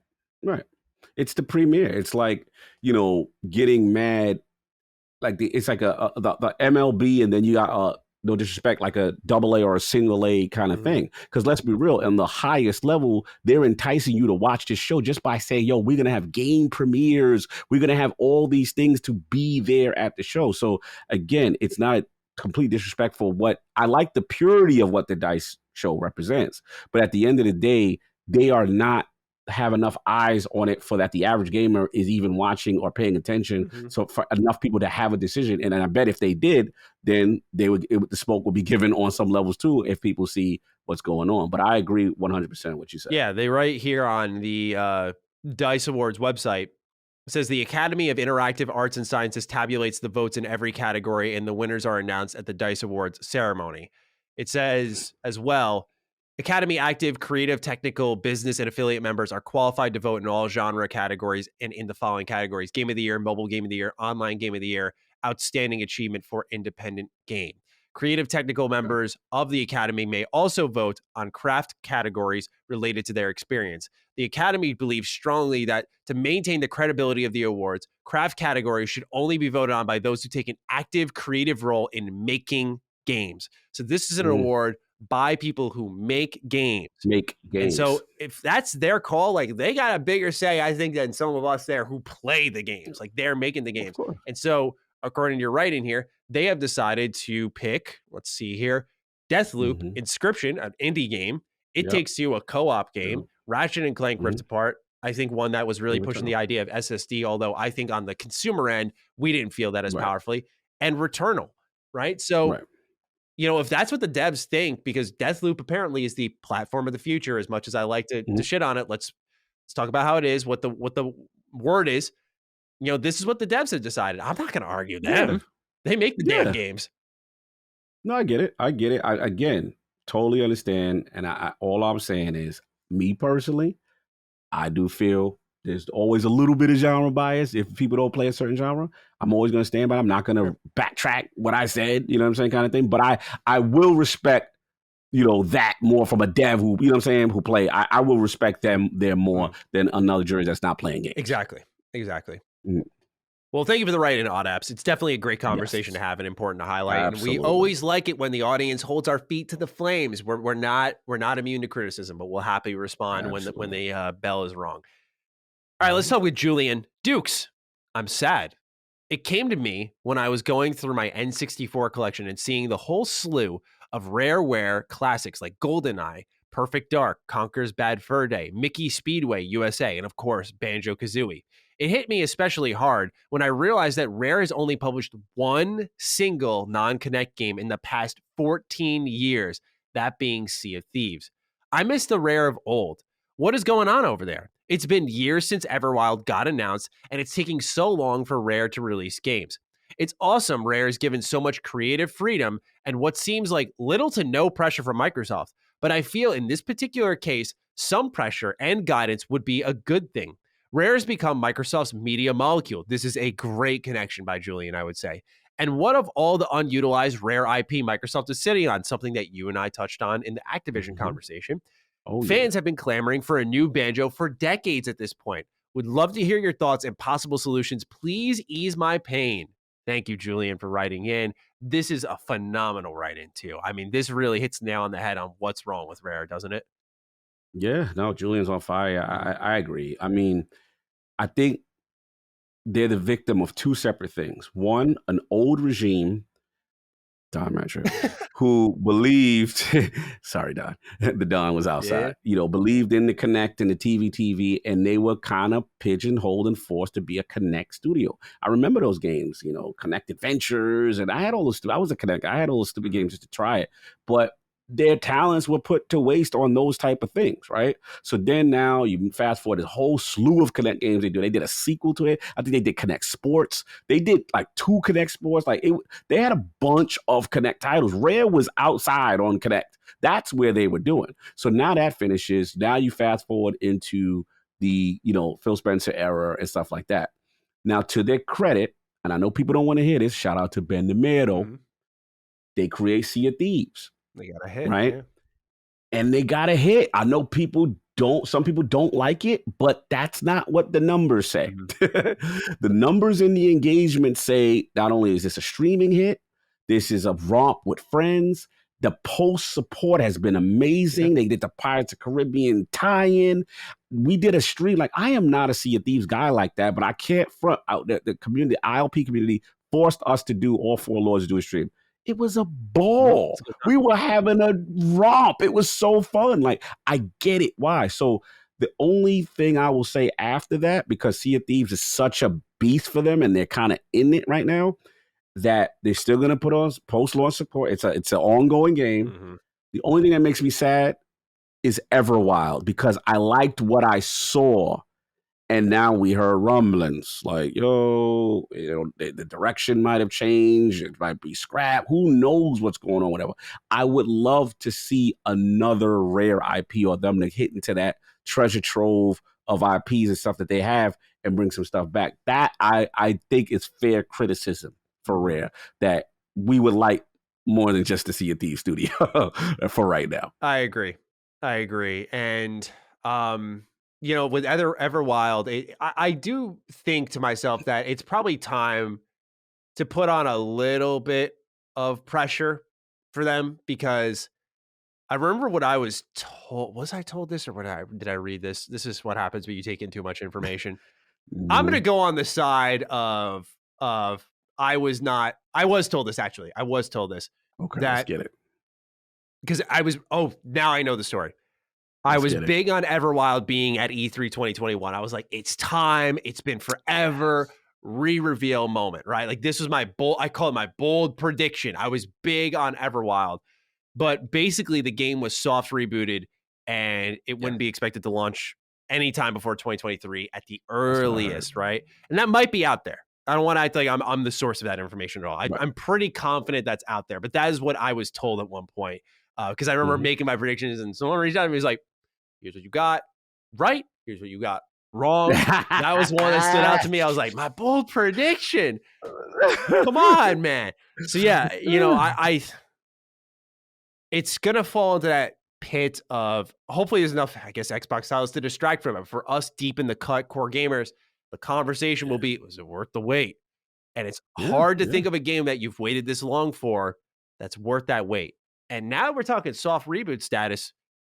Is that trailer we saw even representative of what we might get? Because I know we haven't really seen gameplay, but we've seen ideas, vibes, atmosphere, feel, look. Like, we've seen those types of things to get an idea of what this game might be. I'm not the biggest Rareware fan like a lot of people are. I'm excited about Perfect Dark. I'm glad they were working on that. If I'm Xbox, right, I've been beating this drum for a while. It's not going to surprise anyone. Let's bring go. him back to Banjo. Bring him back. Like, it's so time for remakes. Yeah. Remake it. Gauge the interest. Attic would go crazy. He loves that franchise, man, and he's just like, yo, what's up, man? Where is it? Yeah, you got it. Remember I had talked about in the past about, fan service, understanding the base and what they're clamoring for. There is a basic, and it fits also, let's be honest, the kiddie, the feel good, like they need that too. Yeah. You know what I'm saying? They need that. Yeah. So yeah, absolutely. I just think in a day where game development's so expensive, I don't want to say never, but I don't see something like Conquer coming back as much. I would love to see that, by the way, but like, I just think that's a product of its time, where we're in a raunchier era. Like, people don't really give a shit. They're not about being PC, and they're just making this stupid squirrel or whatever who's just saying the nastiest stuff and doing whatever the hell he wants. Like, I like the game a lot. Like, I love that they even went out and made it. It's a hilarious game. It's available in Rare Replay. Like, I love that they brought it back. I don't know if I could see them saying, with like the big budget AAA development power that they have, that let's go make another Conquer game. Like, Banjo, I think, makes sense, right? Like, it's a 3D platform. There's a need there. Yeah. Bring him back, man. Bring him back. I'm with you, bro. I'm with you. All right. Our last write in here comes from nlins27. Hey, gents, hope all is well. Recently, Dad of Xbox Jez Corden posted an article on Windows Central listing the features Xbox players most wanted to see improved on the system. Game DVR came out on top, with OS upgrades and more Japanese game support following close behind. My question is, what would you like to see Xbox improve this year? For me, I think the achievement system needs a complete overhaul. I need to feel like I can complete a game without unwanted DLC taking away my percentage. Cheers all, and I hope you don't have didn't wear my underwear and my trousers ripped kind of day. Oh, no. Oh, no. Yo, you outside for real. Really? Like, legit. There's a breeze. Legit. Damn. Oh, man. Shout out to this. Yeah, like, I saw Jess's article. It's going to be games first for me. And we've been beating that drum from the Personas, the Sega stuff, like Japanese support, JRPGs. They made a little dent here and there, but then we got the news. Oh, doesn't think they're gonna get a Final Fantasy game ever again. So it's like, damn, and Persona the Atlas situation. So I look at that, and that's why I still say, hey, if it's within the antitrust regulation of say get the Sega or get the, I want the Japan the ones that's left is the Japanese games. Yeah. And the fighting. The fighting. Like, the only reason why Activision, this is amazing. Like, I get it. If you put a gun to my head, I'd probably still say WB. Let's say they were both on the table, the Bobby situation, and I'd probably still say WB, but I understand. Like, Call of Duty, I understand. King, I understand. Blizzard, I understand. I get it. I'm not mad, but I would, you still got those Japanese deficiencies and still things that I would like. So that's why it is. But that, and the second, my number 2 would be game DVR, because if you want to, like, one thing PlayStation does well, showcasing those screenshots, sharing this stuff in a very professional fashion with updated tools. Jason Ronald, we had him on ILP. Like, they fully admit they are way behind there, and they're going to fix it. And apparently, this is the year that they are going to improve it. So yeah. Hopefully. To answer this question, I need to go back to one. I apologize to the audience this episode, because we've done it like twice, I think, where we've just spin off on our own conversation, and we're like, sorry. All right, this write-in. Frog wrote in originally asking if this is a good sign for things to come in regards to Xbox getting more Japanese games, because Danganronpa have been brought to the platform. Now, Linz was saying, what do we want to see the most of? I'm right there with you. Games. I think the DVR is important. I think achievements would be second on my list, though, personally. Okay. I'm bigger on that, because I do think they need to take that a step forward. But for me, Japanese games, your game system first. You got to have the games. And even Danganronpa, in answer to Frog's question, I'm so happy it's here. But it's kind of that lip servicey talk I was mentioning with the Tokyo Game Show, when they announced all those games. They're like, we're getting Eye of the Somnium File. I'm like, I love Eye of the Somnium File. Like, by the way, Cog, if you like Danganronpa, that's my next project. I don't know, thank you. Yeah, I'm setting you up for the future. It's not about playing the sequel to Danganronpa. It's about going another visual novel series. But anyway, they are getting the sequel for that. We are seeing them get games like Tales of Arise, which clearly had a huge budget. But there's, to me, such blatant omissions, and they're coming late. I want them to be there with, it doesn't have to be exclusive. You don't got to own it all, but the standard has to be set day and date. Like, you got to be there with these Japanese games day and date. You cannot Wii U the fuck out of these third-party games and drop them a year later and expect people to buy them. With Game Pass, the reason we're excited with like Danganronpa is like, COG doesn't have to pay. He's got it in his service already. Go download it. To the people listening who are hardcore fans, go download it. Like, it's just that simple. But that cannot be the way that you build up Japanese games on Xbox. It can show them nice and early, like, hey, look what we can do through exposure. But when you're dropping their game late, it's like, I think of like an ad integration on my end when a company wants me to like put it in like a specific type of video, and I'll tell them straight up to work out a different deal, because I'm like, that's not going to do well for you. Like, sorry, that's not going to do well for you. You're going to be wasting your time, because that video will do shit numbers. Like, I'm not going to do that. And I think of that here, where it's like, you're giving them Xbox Game Pass numbers, I guess, for Danganronpa, but is that data really useful when you just dropped Nobody Saves the World and Hitman Trilogy and Mass Effect? And it's like, well, you're getting exposure. I'm like, in the midst of an Activision acquisition, are these numbers going to be telling for them? It's like, no, just get these games day and date. Stop trying to spoon feed data, I'd imagine, to get them on board. Like, pay the price, make them get there. I mean, I get with Persona, I think there's contractual stuff in there.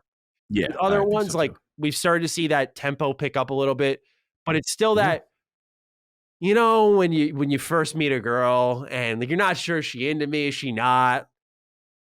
That's how I'm feeling here. It's like, I don't know if she's into me right now. I need to know she really digs me. And that's how I'm feeling here with Xbox and Japanese games. Dig the Japanese games. Show your interest. Be there. Be prompt. Yes. That type of stuff. No, I agree, because you missed the moment. That's the other thing, right? Like, the game comes out. You're not part of the conversation day and date. everyone then had the moment already, and then it comes to Game Pass. Okay, great later, but at that time, like everyone else is, like you said, perfectly distracted by everything else that drops out, and that's technically viewed as an old game now. Yep. So you miss that live moment. That's why what I loved when I saw Yakuza Like a Dragon, I'm like, oh, at the same time, and you're getting it first or whatever. Like, you got to be at the moment. Yeah. Stop coming in the back door like, hey, no, you missed it. You know what I'm saying? People will play it, some, but you're not going to get what you could have got if you were right on time. It's a game of half measures. Like, even with Yakuza Like a Dragon, like the exclusive thing they got at launch was the next gen, upgrade for Like a Dragon. Yeah. I'm like, that's cool, I guess. And obviously, as we learned when time went on, smart delivery is more beneficial than we ever anticipated for this platform.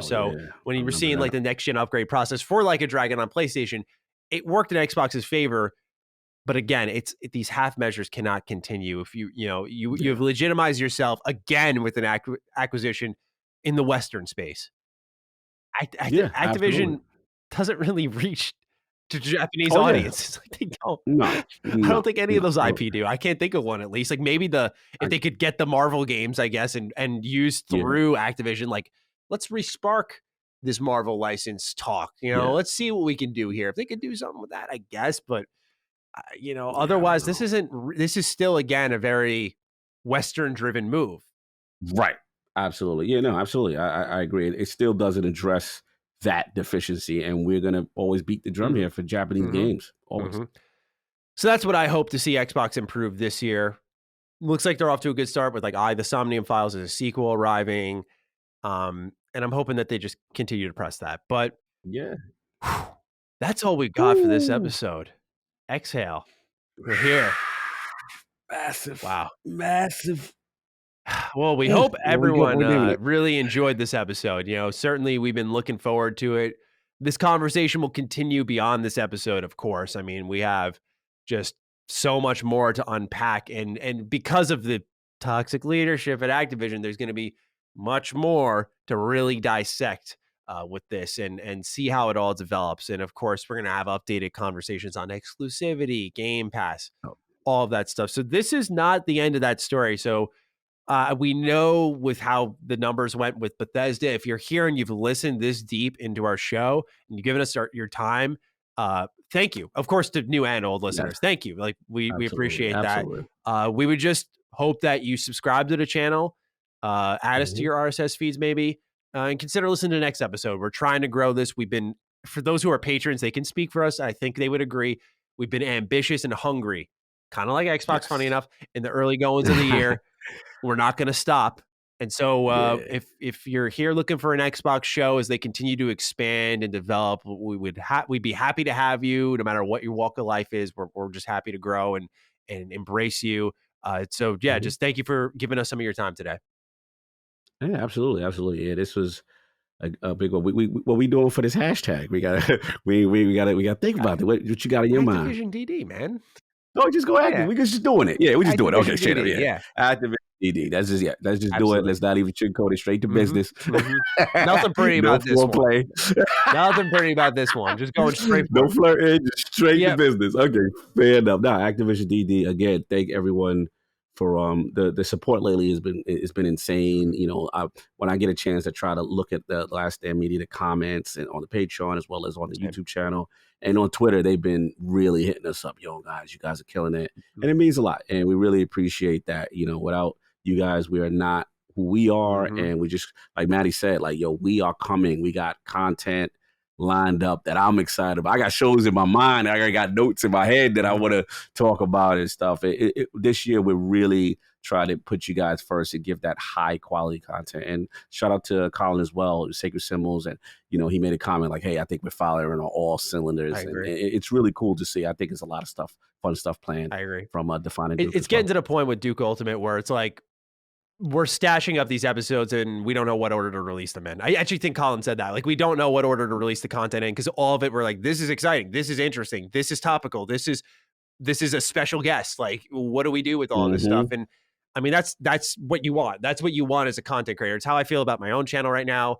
It's how I feel about Retro Rebound, especially, where it's just like you have this pool of things that you can dip into. So just thank you to everyone who's been listening, embracing us, and building us up to get to this point where we can really, in some cases, reach for the stars. So got some exciting stuff on the way. So please keep it locked here. For those who are wondering what the hashtag business is about, what we do is to make sure we want to check you, right? We want to make sure we're not speaking into the void here. You got this deep. You got to do our Twitter handles. At G27status is mine. At Lord Cognito is Cogs, of course. Tweet at us. Hashtag ActivisionDD. Let us know your thoughts on the show. Did you like it? Did you dislike it? I'm hoping if you spent 3 hours listening to us, you liked something about it. But give us your feedback, your thoughts on the show, your thoughts on the topics there. We just like to hear, check in with the audience who listened this deep. It's a good way to gauge where we're at, how our conversation went, and if we were successful. Now I get it. Twitter sucks. I'm team deleted Twitter off my phone. So if you're not about that, I'll check. Cogs checking. I'm still on Twitter, but I'm not there on my phone where I'm on all the time like I was, which was bad. So if you're not team Twitter, that's okay. Hashtags in the comments, on the Patreon posts. Like, we like to just hear from you, get some thoughts on it. Let us know you got this deep. We're just looking forward to hearing from you. And with that, Cog, I've talked a ton here. Is there any closing thoughts that you have for the show? Just look, man. Be gamers, pay attention to trends. It's okay to criticize. It's okay to be cognizant. That's cool. But be gamers first. And we got more to talk about. This subject clearly ain't gonna go away, because like the Bethesda thing, we're gonna get more details, more layers as this process unfolds. 100%. And it's an exciting time, man. I can't wait to break this down even further with more stuff. Absolutely. And so we'll keep our eyes peeled for whatever develops from that point on. And again, thank you all for listening. We'll see you next week with episode 56 of Defining Duke Ultimate, and a fire episode of DDU that's been in the stash for a little bit. Get that DDU. So keep an eye out for that one if you're a patron already. And with that, we'll talk to all of you shortly. Take good care of yourselves, and peace out. Defining Duke, an Xbox podcast, is a product and trademark of Last Stand Media and Collins Last Stand LLC, and is recorded from the United States of America. The show is conceived by Matthew Mr. Matty Plays Schroeder and me, Colin Moriarty, and is written and produced by Matthew Schroeder. Matty's co-host is Barry Lord Cognito Eversley. Defining Duke's executive producer is Dustin Furman, and the show is edited by associate producer Ben Smith. All of Last Stand's theme music is by Ramon Narvaez. As you know, all of Last Stand Media's shows, including Defining Duke, are fan-funded on Patreon at patreon.com/laststandmedia. The following names are at the producer support level on Patreon, and we're thankful for your kindness and generosity.